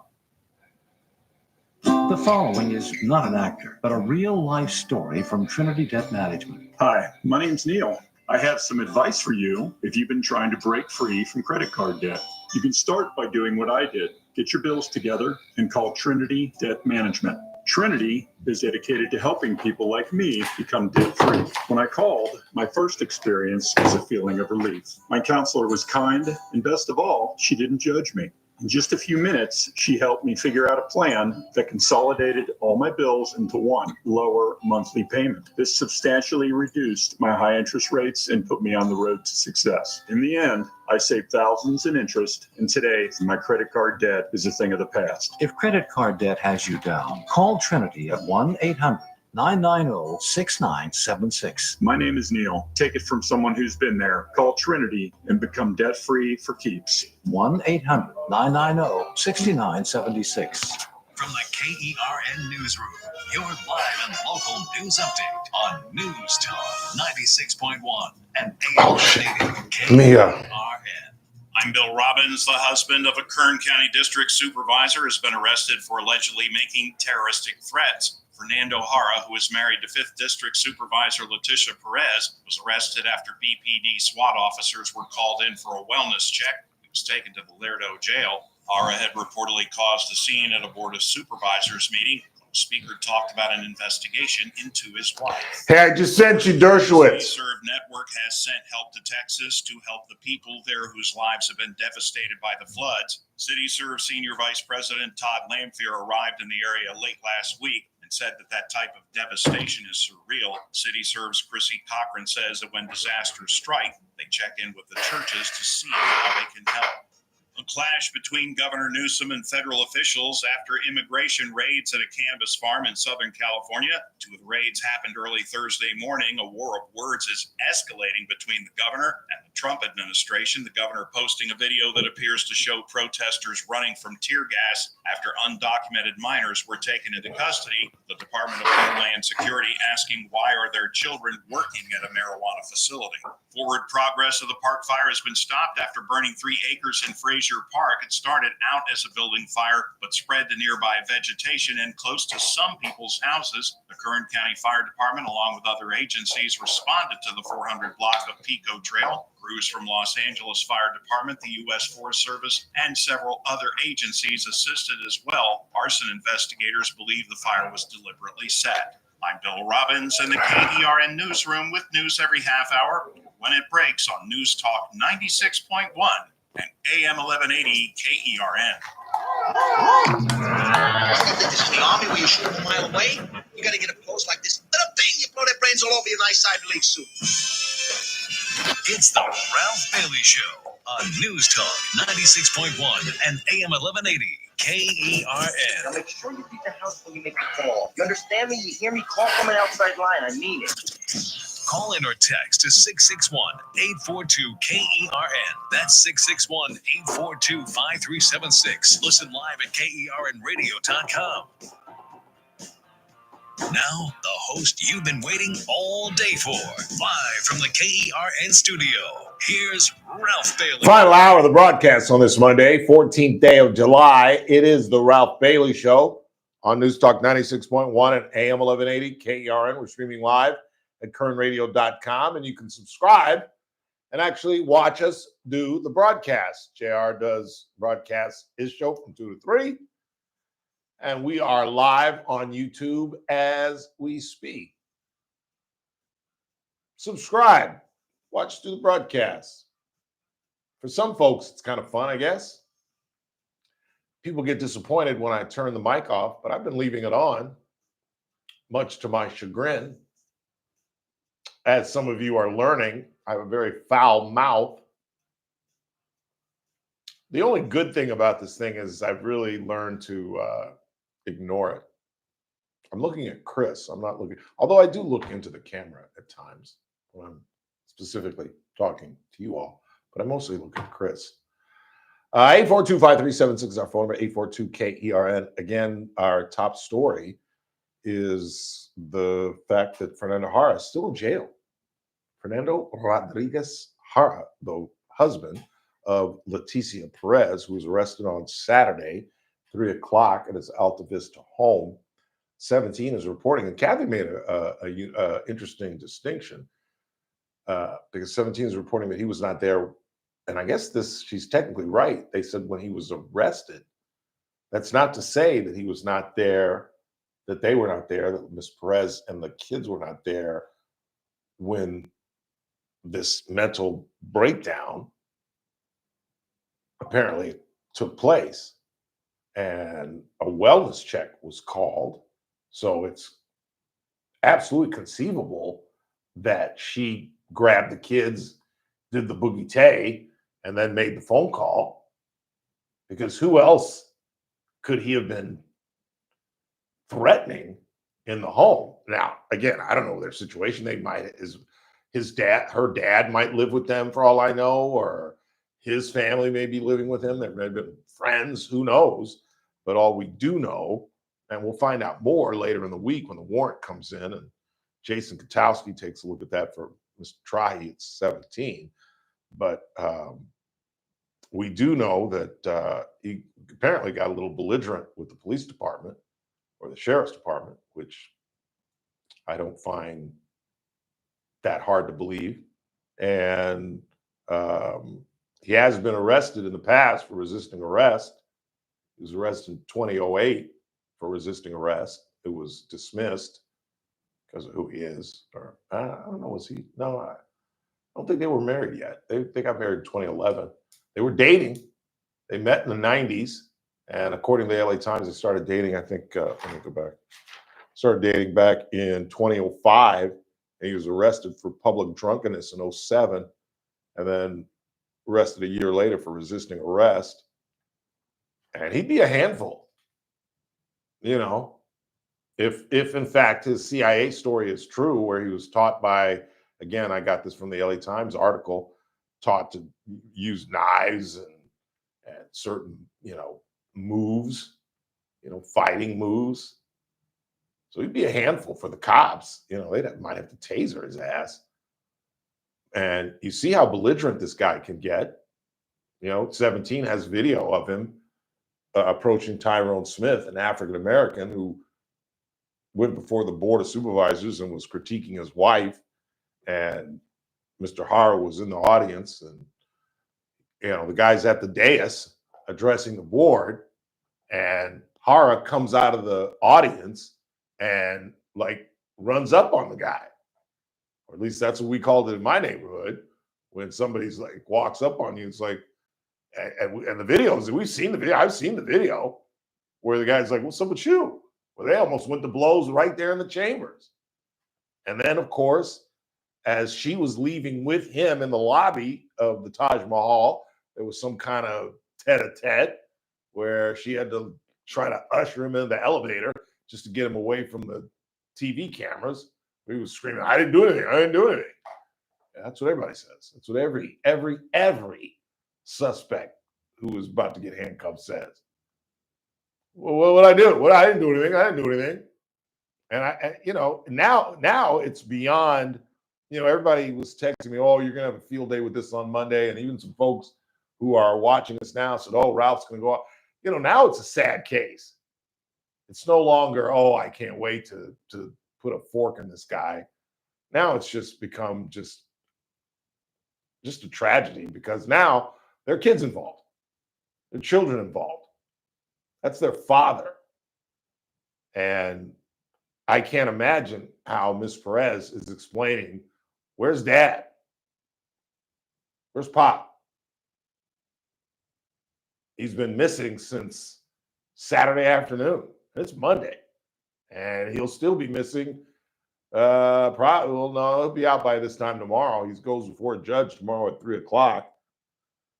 And the most outstanding thing of this, and outstanding has many meanings. It doesn't necessarily mean good. It can mean, you know, most prevalent, the most obvious, the thing that stands out the most is the fact that he's still sitting in jail. That she's done nothing to get him out of jail. And as I stated at the top of the program, it began on Saturday with the arrested 3. He was booked at 5. His bail was set at about $20,000, which is nothing. But $100,000 is a whole different ballgame. And why it jumped from 20 to 100, I can only speculate, and it's horrendous to do that at this point, but I get a check every 2 weeks and I have to do what I got to do. But I'm assuming they considered him a threat to himself. You know, even Mr. Perez's right-hand man, Christian Romo, who legally is the last, he's the last person that should be the spokesman on this thing, because his legal background ain't spectacular. And that's a whole nother thing that I could totally get into, but it's a whole nother can of worms, that whole Romo thing, and how he is extremely lucky. He should be extremely lucky, Mr. Romo. That's a whole nother thing that I'm not even going to get into right now. But he's the last one that should be the spokesman, who said that, you know, it was a mental health breakdown and the kids weren't there and this and that and this and that. Well, we'll find out. You better be telling the truth, because the warrant ain't going to lie. Sheriff's Department's not going to lie. And 17 is going to break this down, and maybe we'll even go down and take a look at the warrant and break this thing down. But her future is over. Done. Kaput. Forget about it. She'll never get elected anything outside of being a supervisor in her life. Because A, I don't think she's going to leave this man.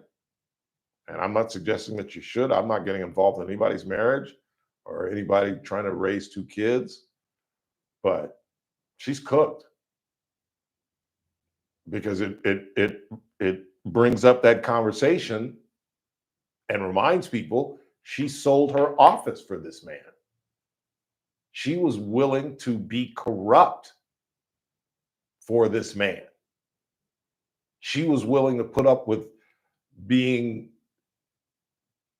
the subject of just ridicule from an LA Times interviewer who was in the midst of interviewing her, and he acted a fool and made her cry.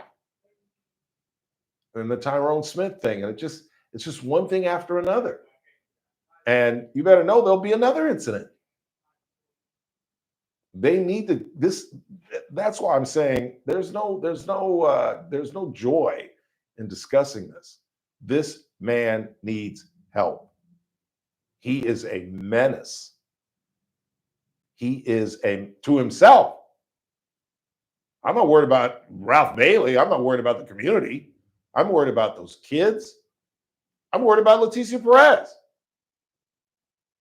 Because who knows? Who knows what's going on in this guy's head? Grew up the son of a heroin addict, was involved with gangs at a very young age, and that's who the CIA loves. That's one of the reasons I'm starting to believe the CIA story. The CIA loves confused young men that have no direction. Why? Because then they can determine the direction. That's why young Marines are young. That's why you don't see people 30, 35 becoming a Marine, because there's a matter of indoctrination that's involved, that has to be involved in any really military, really, but particularly the Marines. And they want to mind meld you.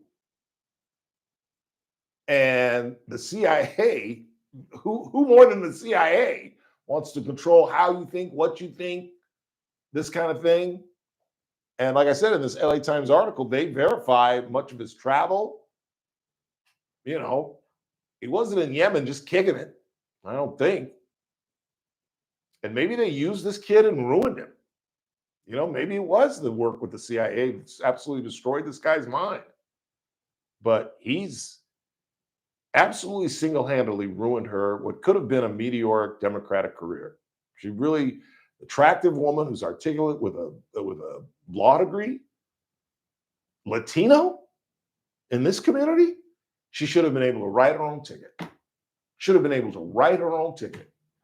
But I think he got in her ear and got her to run for a state office when she had just won a local office, which just basically told her constituents, screw you guys. I don't really care about you guys. This is just a mere stepping stone. I mean, it reeks of that. You get elected and 10 minutes later, you're running for something else. You're not running to serve. You're running to win. You're running to climb the ladder. And now she's cooked. She's done. Her career's over. She's never getting elected dog catcher, if you ask me. We'll see. Stranger things have happened. Let's go ahead and take a break. When we come back, you'll hear from Alan Dershowitz. We'll get back into this Epstein thing. There are some reasons to be curious about this. Where's the autopsy? Why does Michael Baden, a respected pathologist, think that he was murdered? What about this 1 minute lapse in the security tape, the security guards not being there, and all this craziness? And why did Alex Acosta say that he was part of intelligence? The U.S. attorney who gave him a sweetheart deal. Quick timeout, coming right back. It's the Ralph Bailey Show. Right here on News Talk 96.1, AM 1180, KERN, streaming live, kernradio.com. News Talk 96.1 and AM 1180 KERN. Tuesday edition, Clay Travis, Buck Sexton show. I will be down in Atlanta as everybody suddenly has to say, hey, you know what? The whole Jim Eagle, Jim Crow 2.0, yeah, that was a lie. And as a result, Major League Baseball has got the All-Star game back. Buck will be down in Miami, and we will be breaking down the absolute latest on the ongoing tariff battles. All that and more. We'll be hanging out with you guys Tuesday edition, Clay and Buck. Live 9 to noon. News Talk 96.1 and AM 1180 KERN. Hey, it's JR for Bakersfield Weight Loss. Yes, 25 pounds lighter and Hey. keeping the weight off.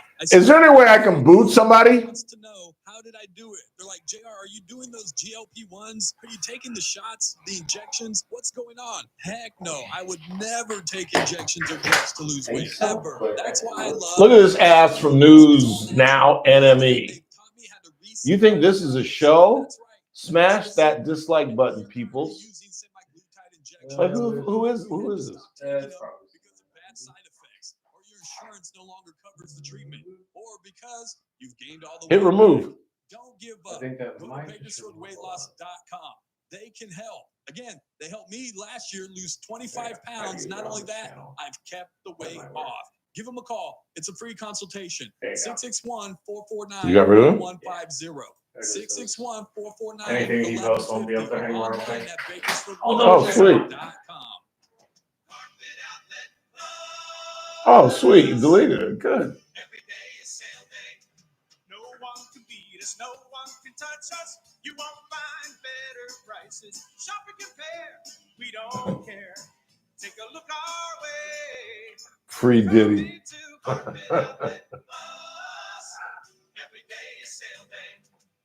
no, Dad, I spilled juice on the carpet. Don't worry, kiddo. We have stain-resistant carpet from Carpet Outlet Plus. Dad, Lucky dumped his water bowl all over the new floors. Everything is fine. We have brand new waterproof floors from Carpet Outlet Plus. You can find everything you need for family-proof floor at Bakersfield's best flooring store. Now offering 1 year, no interest financing. Carpet Outlet Plus, 3.5 blocks west of 99 on Rosedale Highway. Carpet Outlet Plus. Every day is sale day. This is Joe Cordell of Cordell & Cordell. Cordell & Cordell is the largest family law firm in the country with over 35 years of helping clients navigate divorce. That does give us certain advantages, for example, in experience and resources. But being big doesn't mean less personal or less local. Our attorneys live and work in your community, and as neighbors, they understand the challenges your families face. If you're a guy facing divorce, remember, Cordell & Cordell, a partner you can count on. 1455 Frazee, San Diego. CordellCordell.com. Beth, you're in charge of ordering the tacos for the meeting today, yeah? I'm not going to order the tacos. What? I'm going to Easy Cater the tacos. With Easy Cater, you can order from a huge variety of restaurants, track expenses, and save time. Nice. Oh, by the way, you're emailing the meeting notes, right? No, I'm going to easy mail them. Where's my music? Sorry, Ben. There's no Easy Cater for that. Easy Cater, the easy way to order food for work. Order now at easycater.com. The Charlie Kirk Show, weekdays at 6 p.m. on News Talk 96.1 and AM 1180 KERN. Now, back to the Ralph Bailey Show. I fell into a ring of fire. So here is the only reason that I'm continuing to entertain the Epstein deal. I know I'm the biggest hypocrite in the world because I'm bagging on Megyn Kelly and Carlson and Bannon and Laura Ingraham, who are milking this for content. But I followed Alan Dershowitz for a long, long time. You know, he had some input on OJ. And I think he's one of the smartest attorneys that I've ever listened to. I think he's one of the most well-respected nationwide. And he got caught up in this. And see, that's the problem. If you have any relationship with Epstein and it shows up in these papers that Dershowitz says are being suppressed, then somehow you're a pedophile, which obviously is not the case. And the idea that Trump is somehow tied into this, when again, from CNN and MSNBC, whenever they talk about that, they're not going to tell you that he ended his relationship with Epstein long before he ever got into politics in 2016. And do you really think that if Trump was somehow tied to, because pedophilia, think about what pedophilia is.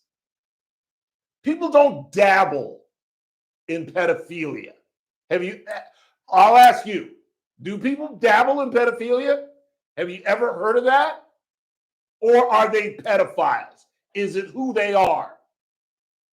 Like, people don't like roofie a girl just out of an aberration, out of nowhere.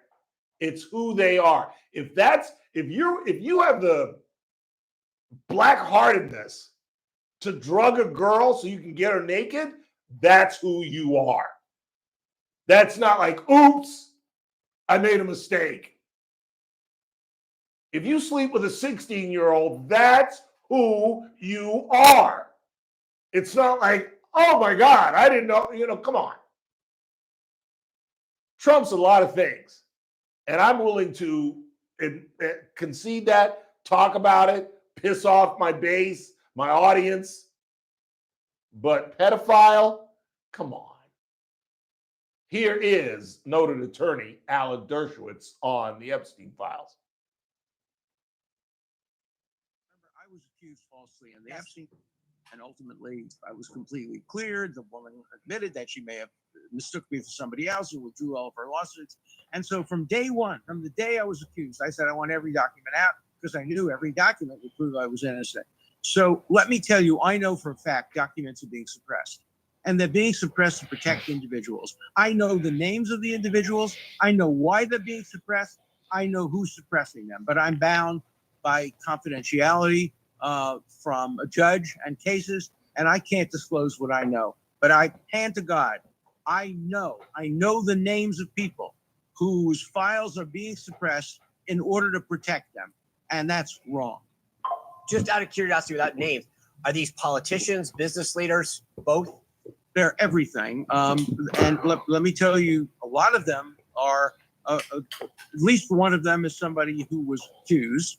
Others are accusers. And the judges have said, if somebody calls themselves a victim, we're not going to give any information about them. But they may not be victims. They may be perpetrators. So we don't have information about false accusers. And we know there have been many false accusers who have accused innocent people for money. And those records are being deliberately, willfully suppressed.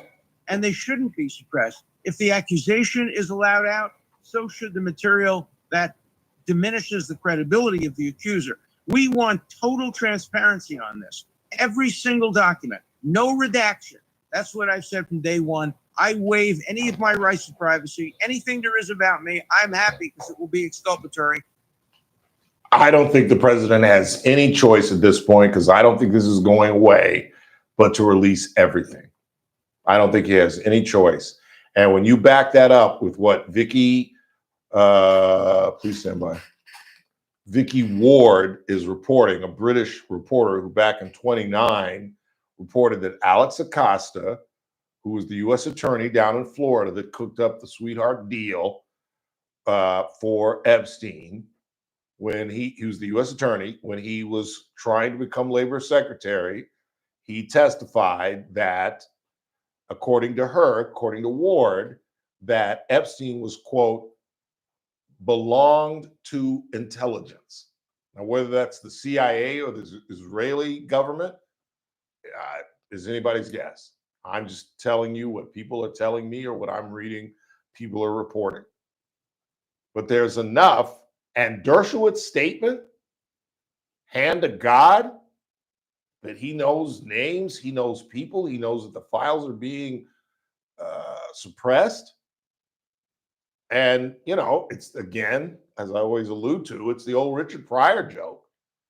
He's making love to his side chick, and his wife walks in and says, baby, who are you going to believe, me or your lying eyes? Well, who are we going to believe? Are we going to believe Pam Bondi, who literally in February said, that you all are aware of, it's sitting on my desk? She was asked by John, I forget his name, on Fox, there's a file with names, and she says it's sitting on my desk. And then Carolyn Levitt the next day has to walk it back and say, well, she was alluding to the entire file. She wasn't alluding to the non-existing list. Really? So I'm not supposed to believe what I hear and see. I'm supposed to believe what you all have cooked up a day later. This is a self-inflicted wound, but the word around the campfire is Trump is on Bondi's team for many reasons. A, it's hell to have to fire your AG. It is a huge concession. You're conceding, I screwed up. I'm the leader of the free world. I picked my top cop. And in 6 months, I had to fire. That ain't going to happen. But you can get rid of Tulsi Gabbard. You can get rid of Bongino. These are not confirmation seats. In other words, they don't have to go before the Senate. You can pick anybody you want. To pick an AG, you got to go through a confirmation hearing. You got to concede that you got one of the most important appointments you can make. You got it wrong. And how many of you think that Donald Trump is going to concede that on one of the biggest appointments other than defense and state, that he absolutely got it wrong? Last half hour of the broadcast. Don't go anywhere. News Talk 96.1 and AM 1180 KERN. With SRN News, I'm Keith Peters in Washington. The U.S. government says it's placing a 17% duty on most fresh Mexican tomatoes after negotiations ended without an agreement to avert the tariff. Proponents said the import tax announced Monday will help rebuild the shrinking U.S. tomato industry. Mexico currently supplies about 70% of the U.S. tomato market, up from 30% 2 decades ago. The Supreme Court is allowing President Trump to put his plan to dismantle the education department back on track and go through with laying off nearly 1,400 employees. With 3 liberal justices in dissent, the court on Monday paused an order from U.S. District Judge Myung Yoon in Boston. More details at srnnews.com. News Talk 96.1 and AM 1180 KERN.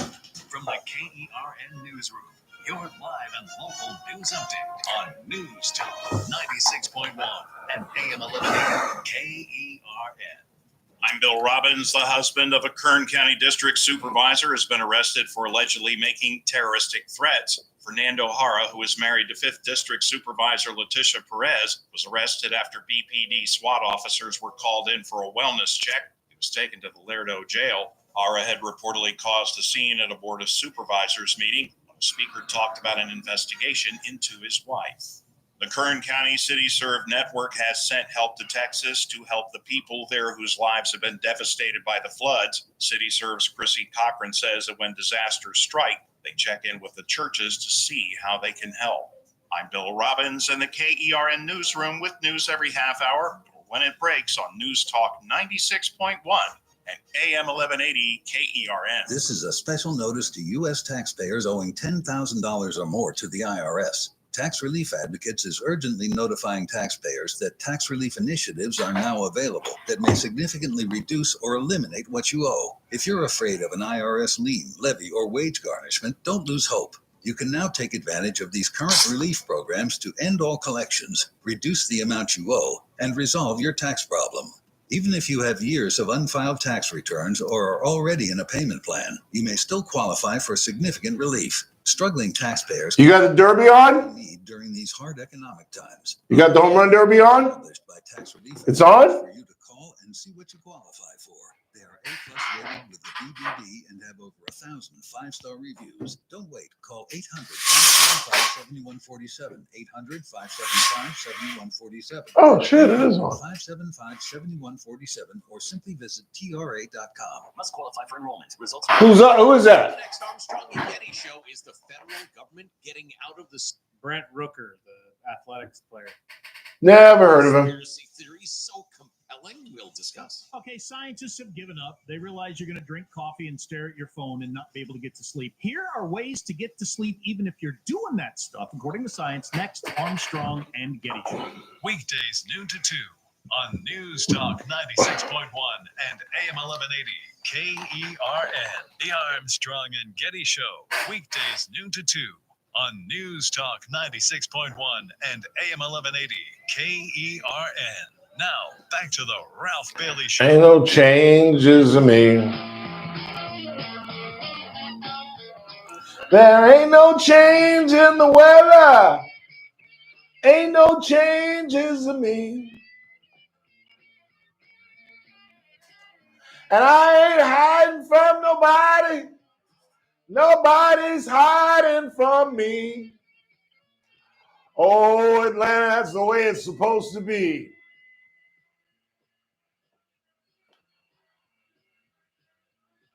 Little Leonard Skinner, wrap up the broadcast. We're watching the Home Run Derby. And a player I have never heard of in my life. I've never even heard his name. Brent Rooker, number 15 for the Oakland A's, did you say, Chris? Well, he's hit 15 home runs. Oh, that's not his jersey number? No. That's not bad. 15 home runs. Who is his, I guess it's his pitching coach. Is that his wife? Caruso is the last name I see on the jersey, but he's not giving him very good pitches. No. So who are all, do you know the participants? I do. So you got James Wood, who already hit 16. He's from the Nationals. Oh, I like that kid, the big kid. Yeah. I like him. Rooker is the second one, and then you'll have Cal Rayleigh, as our caller called in and said earlier. You have Byron Buxton from the Twins will be going in this year. I've never heard of any. Have you heard of these people? Yeah, handful of them. I've never heard of any of these people. Brent Buxton? Byron Buxton. Never heard of him. And then you got O'Neal Cruz, the prospect, I guess, out of Pittsburgh. You got Heard of him. Chisholm.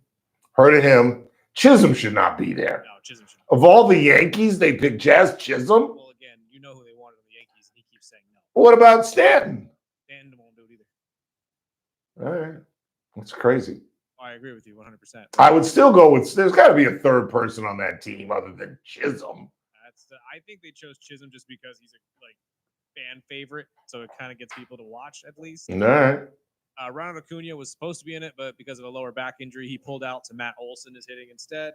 And then, Junior Caminero, the third baseman from the Rays, will be also in this. Never heard of him.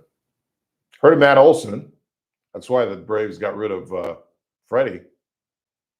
No, half these people I have never, ever heard of. Rooker just ended with 17, one better than Wood. So Wood's out? Not just yet, but if this continues and they get more than 17, then yes. Well, what do you know the format? What's the format? So the first 8, or everybody goes and gets 30 pitches. If I'm not mistaken, you get however many home runs off of that, plus the potential extra time based on how far you've hit a home run in the Derby. And then after that. So based on your distance, you get additional time. Yes. They had that last year too, didn't they? I'm forgetting. 2 450s, I think. You get additional hits or something like that at the end of it all. And then the top 4 move on to the next round, which they'll be head-to-heads. And then obviously the 2 that win from that go to the finals. Winner takes the rest. And no Dodger is involved. Not this year. Because Teo did not want to defend his championship because he's banged up. No Shohei either. Shohei, I'm glad. No, we don't need that. He's got enough on his plate. It was fun to watch him pitch against the Giants, but I still just lower him in the lineup the night that he pitches. Let him hit third or fourth. Let him catch his breath. That's all I'm saying. The Dodgers did salvage the end of the season after winning 7 straight series, winning 15 of 18. They just went in a complete, I don't know what you call it, breakdown, 7 straight losses, and damn near wasted a great pitching performance by Yoshinobu Yamamoto, who pitched 7 innings, damn near no-hit ball, and Tanner Scott gives up a home run in the 9th inning. Just can't happen. I mean, he's on a 14-15 blown save pace. That's not going to get it done. And that's certainly not going to get it done in the playoffs. And, Evan Phillips is going to come back. I think Blake Tynan is going to come back. I think what you're going to see inevitably is closer by committee with the Dodgers. Because Tanner Scott is not the guy. He's just not. He's just not. I should have never jumped back on his bandwagon. He had a nice month of June, but you take away June, and he's been an absolute, complete, and total failure. Absolute failure. And I mean, he walks people, he gives up home runs. That's the thing that scares me, is that when he's bad, when they hit him, they hit it. You know what I'm saying? I mean, it's not like little bloops, or he walks people and they steal and they get a little cheap base hit and they score the run. No, they're hitting line drives in the alley, home runs. He's given up 3 times he's given up home runs in the 9th inning so far. He's blown 7 saves. He blew 2 all of last year. He's blown 7 at the halfway mark. Just don't make no sense. Just don't make no sense. But the Dodgers did a nice job getting 2 or 3 from the Stinky Smellies and going into the break with a 5.5 game lead. You got to feel good about that, given the 7-game loss and the lack of hitting from Freddie and just the injuries. We still have 14 pitchers on the IL. You know, there's the NL, there's the AL, and there's the IL. And we lead in the IL. What do you got on the board? What do you got on the board? 842-5376, 842-KERN. Fernando Jara still in jail because he doesn't have an aunt that is in charge and can call in favors. Weep, womp, womp. You know he's stirring in jail thinking, Scrivener never saw inside of a jail, and here I am 96 hours later, cooling my heels in a Kern County jail. You know that's got to be on his mind. What else you got? Ralph, let me put on my tinfoil hat. I believe that everything files got suppressed because they needed to pass the BBB and it needed the votes. What a coincidence. That there's a correlation between Epstein and the big beautiful law. That is a tin hat. I don't see it. I'm open-minded. There are a lot of holes that fuels this thing, that gives these conspiracy theorists and these influencers reason to chew on this, and they're going to chew on it. The idea that Michael Bodden thinks that he was murdered, that his brother thinks that he was murdered, the sudden discovery that there's a minute lapse in the video in the prison, the fact that they removed his cellmate the night before he committed suicide, the fact that he was supposed to be on suicide watch, and how in the hell in that kind of prison does one hang themselves? On what?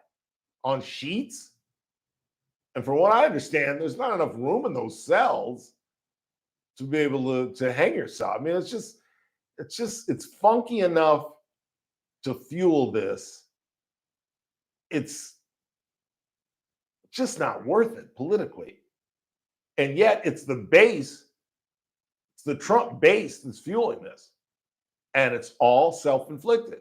Because once Pam Bondi said, the list is on my desk, then Pandora's box was wide open. And now every conspiracy theorist had her. But she ain't going anywhere. She ain't going anywhere. Trump, from what I've heard, is on the Bondi team. And like I said, it's much easier to replace the FBI and the FBI director and the deputy director than it is the top cop, the Attorney General of the United States. What else?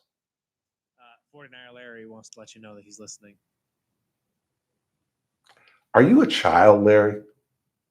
Are you really like a child?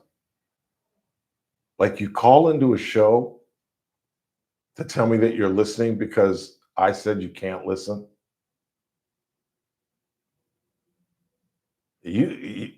you should seek help, Larry. Like seriously. I seriously believe that in my heart. And I'm saying that out of kindness. I'm not trying to embarrass you. I'm not trying to humiliate you. I really think you should go see a therapist. I really do. Because for a grown man to dub himself, give himself a nickname is bizarre. A. B, to call into a show where you've called for the firing of the host and yet you listen every day is bizarre. And then when the host tells you you can no longer listen and you're going to prove that you're a big man and call in and say, I'm listening, dude, that's 12-year-old behavior. Like literally. That is 12-year-old behavior out of a grown ass man.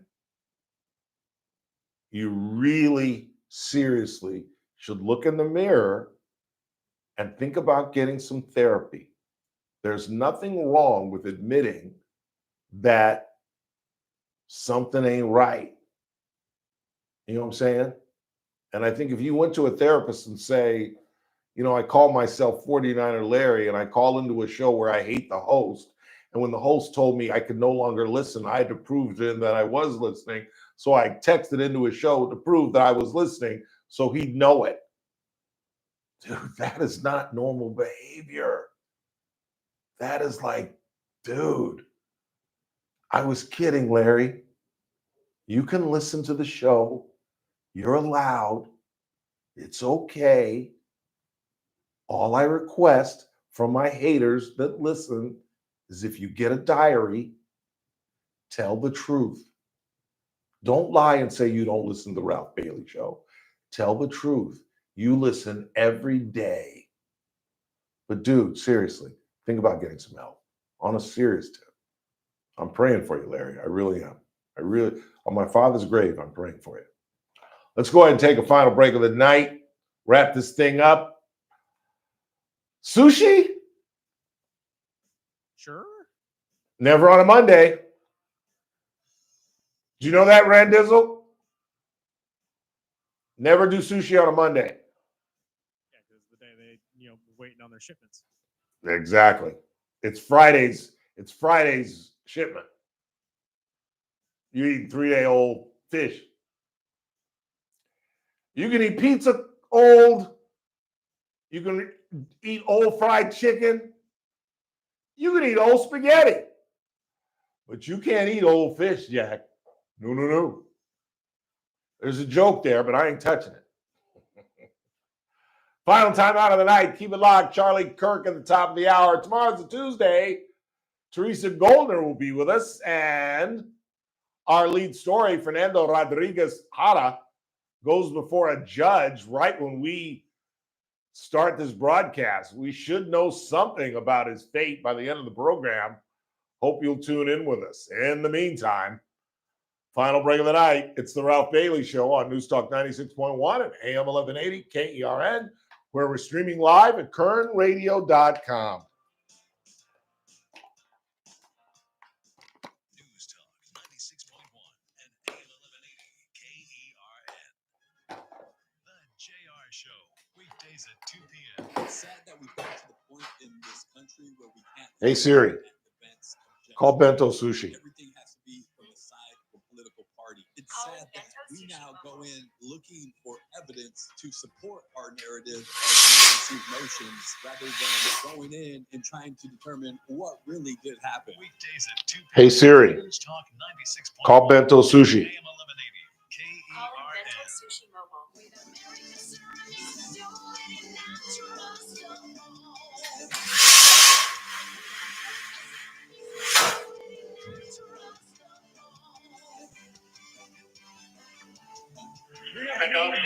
Hey, it's me. Hey, I'm going to do the usual, the salmon and the yellowtail and the rice.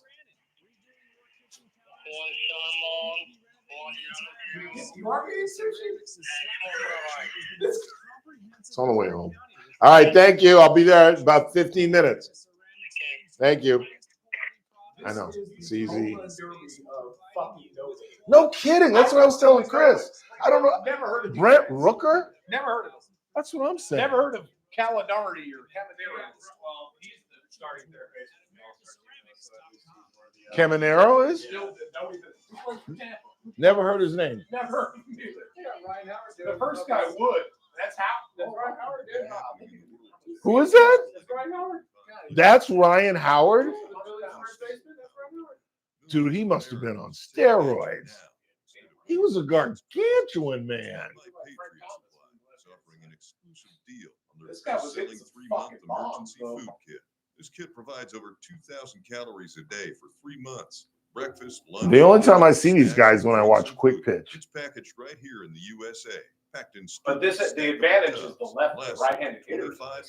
Yeah. The left force is short, and the right fence is like high as fuck over there. So, Yeah. Yeah. It's like Trieste Field out in Smyrna. Take advantage while it's still Yeah, out in Smyrna. Whether it's a long-term crisis or a short-term disruption, food security equals. They've gone through 3 stadiums now. MyPatriotSupply.com/radio. Again, The old Fulton County Stadium, boy. Dude, Texas Those- Rangers only had that one. They built 15 years and they just built a new one. Fulton County Stadium was such a dump. Oh my God. Such a dump. It was just old. And there was this old liquor store right across the street. And that's where we would get like a handle of Evan Williams for like $9. For $9. And back in those days in the 80s, you could sneak it in. Nobody cared. And we'd get some Cokes and just sit out in center field and just get stinking lit. Oh, that Evan Williams is the nastiest bourbon in the world. But now they've branded it now where it's like, it's considered like, it's almost, I wouldn't say popular, but people buy it. Who's this? Oh, this is Cruz. Oh, I know Cruz. These are hitting out of the stadium on the right field. Yeah. He's a good player.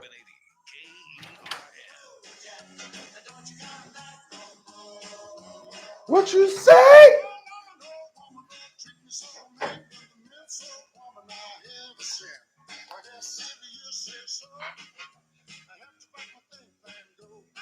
Hit the road, Jack. Don't you come back no more, no more, no more, no more. Hit the road, Jack. Don't you come back no more. What you say?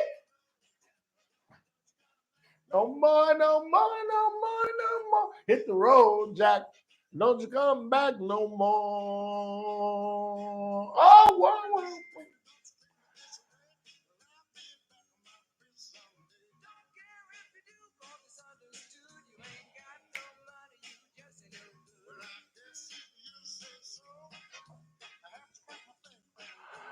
All right, so let's settle this. What's for lunch? Look at him enjoying it. Look at him grinning. He told me to take that. That's what he said. What is that? A white man can't jump? We going to Sizzler? What do you want? What do you want me to bring it in with me? Do you want me to Uber it here? What do you want? What do you want? Let's go. Honestly, For the folks that don't know, Chris had Yannick Sinner. I had the 2-time defending Carlos Alcaraz, and being the incredibly consistent mush that I am, Alcaraz didn't have a chance. Didn't have a chance. But Mush struck a game. If it weren't for the mush, Serena Williams would have passed Margaret Court easy. But I snuffed that out 3 or 4 times, Jack. 3 or 4 times. Where I would say at the beginning of the tournament, she can't lose. She can't lose. And she'd get to the finals and she'd lose. The mush touched her. So what do you got? Let's go. Since you brought this up last week, I'll just go with just a large Rusty's pizza. That's all you got to buy me. A large? Large Rusty's pizza. A large? It's That is easily the exact same you would get for a burger and fries at anywhere else right now. But you can't eat a large. I'm not feeding the staff. I'm not feeding the staff. I'm feeding you. No, I'm kidding. All right, a large what? Pepperoni. Just pepperoni pizza. Just pepperoni? Or I guess, no, what the? Pineapple? Get out of here. No, meat lovers then. I don't care. Just whatever. Pepperoni? Pepperoni works because I figure that's the easiest for everybody else. All right, pepperoni. That'll get me off cheap. So you want to deliver it here? Do you want to eat it at noon? You want to eat it at 3? When do you want it? Want me to bring it in? Deliver at, well, no, just bring it in yourself. We'll make it easier. No, I'll have it delivered. All right. Well, if you have it delivered around 1 o'clock or 2 o'clock when I'm here. Yeah, just save me a slice. That's all I ask. Oh, yeah, of course you're getting a slice of it. All right, very good. I wouldn't have you get a large if you were getting a slice of it. True that. 842-5376, 842-KER. Let's wrap this thing up. What do you got? When you need votes to pass the BBB, files disappear, deals are made. How? How does one member of the 435 members of Congress want to hide the Epstein files? The Trump conspiracy makes more sense. I think it has something to do with his intelligence work. I think they were either using him as a shill to blackmail people. He had an interesting relationship with Ehud Barak, the former prime minister of Egypt. And it's this testimony by Alex Acosta, the U.S. attorney that gave him the sweetheart deal, who said that he, quote, belongs to intelligence. And I think that's one of the reasons that the JFK files weren't released, beyond just my belief that the CIA murdered the president, is the fact that there were a lot of CIA things that were in those files that they didn't want to get out. Things that we did, things, the manner in which they went about them. So, I have no idea. I do know it's not going to go away anytime soon. And I do know that the only thing that the president can do to make this thing go away is just flood, just let it go. Just everything. Just tell Pam Bondi, have a news conference with Bondi standing to his left, and just say, we're releasing everything. We're putting an end to this nonsense. Play it off like it's stupidity, and just end it. What the hell's going on at the home run derby? This is the portion where they're in between. They give you like a little 2-minute breather before the bonus round starts. So why is the white guy from who's broadcasting this thing? ESPN, I believe. So why is the ESPN producer explaining they don't even understand the rules? I guess, or something. Maybe they're telling them, hey, you got like 30 seconds. We got to get going. Crazy. What do you got on the board? Let's get out of here. That's all we got at the moment. All right. Don't forget, tomorrow is a Tuesday. Teresa Golden will be here. It'll be interesting to get her thoughts on Fernando Jara, who will be arraigned at 3 o'clock. Goes for a judge at 3 o'clock, right when we are going on the air. And it'll be fascinating to see if, in fact, Ms. Perez makes an appearance at his court. You would think she would, but you would also think that she would have bailed his ass out by now. But maybe the fact that the bail went up to $100,000, knowing Fernando, and I don't know Fernando, I know of him. I've been in rooms with him. I've certainly talked enough about him. I bet he said, you know what, just leave me here. Don't spend the money. I can, this guy has been in jail before a couple of times. And, I think he probably just said, don't even waste any money. Let's see what happens. There's not going to be, it'll be interesting to see where this thing goes. I would assume there would be a plea agreement, that he would plead no contest. He's going to plead, he's going to be arraigned. He's going to plead not guilty tomorrow. But when they determine whether there should be a preliminary hearing and whether there that kind of thing, I think he's just going to plead no contest. And sentencing, that's anybody's guess. He doesn't really have any serious priors.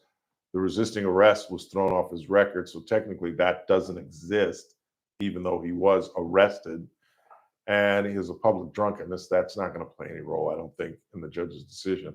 I have no idea what I'm talking about, but we'll have Teresa Golden here at 3:30. I'm sure she'll have some thoughts on that, and we'll have a winner from the Home Run Derby. And the All-Star game is tomorrow. I keep forgetting that the game is tomorrow. I wonder, is Doc the manager? That's a good question. I believe so, because I believe they still do the teams. Winner of the World Series? That's too bad, because I was wondering if it was a different manager, whether He's already going first. Yeah. He's already batting lead off. They announced it earlier today. Stupid. So you'll maybe see him once, and then he'll be done. Could he pitch? Now that would be fun. That would be fun. I don't know if you can, though. Because he wasn't elected as a pitcher. Exactly. He's only elected as a designated hitter. But You would assume he would be up for both. I would think, although he doesn't have big sample size. True. He looked good, though, against the god-awful Sneaky Smellies. I got to get out of here. Teresa Golden's with us tomorrow. For Chris Burnick, I'm Ralph Bailey. That's what's really going on. Wrap to you tomorrow.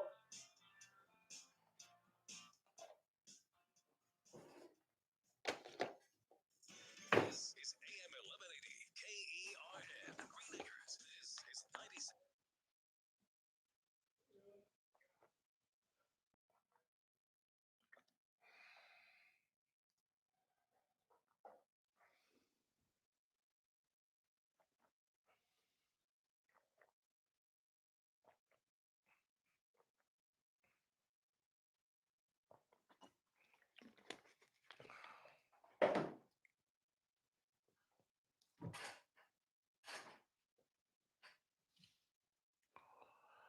You ready? 3, 2. At this point, the Hara saga is now just sad. I think he's a 49-year-old man who is lost behind the shadow of a woman who should have been a meteoric. 3, 2. At this point, the Hara situation is just sad. It really is. I think he's a 49-year-old man who's absolutely lost in the shadow of a woman who should have been a Democratic star. But now, after all of this, again and again and again, with this albatross around her neck, Leticia Perez's career is all but over. She's not going to get elected dog catcher. 3, 2.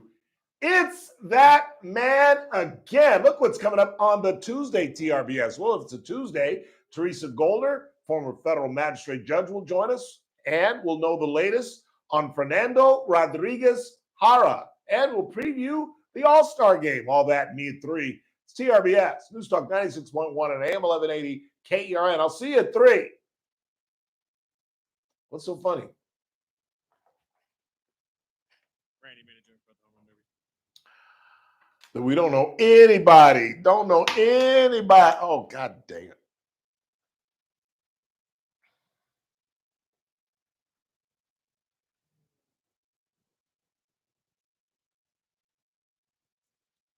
Now, there's an affordable fix for you or your loved one. Rated the best hearing aids of 2025 by Forbes Health. Audion Hearing has the highest quality hearing aids at the lowest prices, starting at just $98 a pair. I actually like them better than my old $5,000 hearing aids. Could not believe how my hearing and life changed. Join over 1 million happy customers by going to audionhearing.com. That's AUDIEN hearing.com. Lenny went to college and racked up huge debt. A little bit over $100,000. For a degree he couldn't use, now what? When are you doing that? See you guys tomorrow. Oh, perfect. Why? I want to make sure I get it. Let's hear the talking points. Ralph, no comment. Trump is cooked for a short time. Don't be so hard on Larry. Poor Larry. Poor Larry. I'm not hard on him. I hope he gets some help. He's crazy.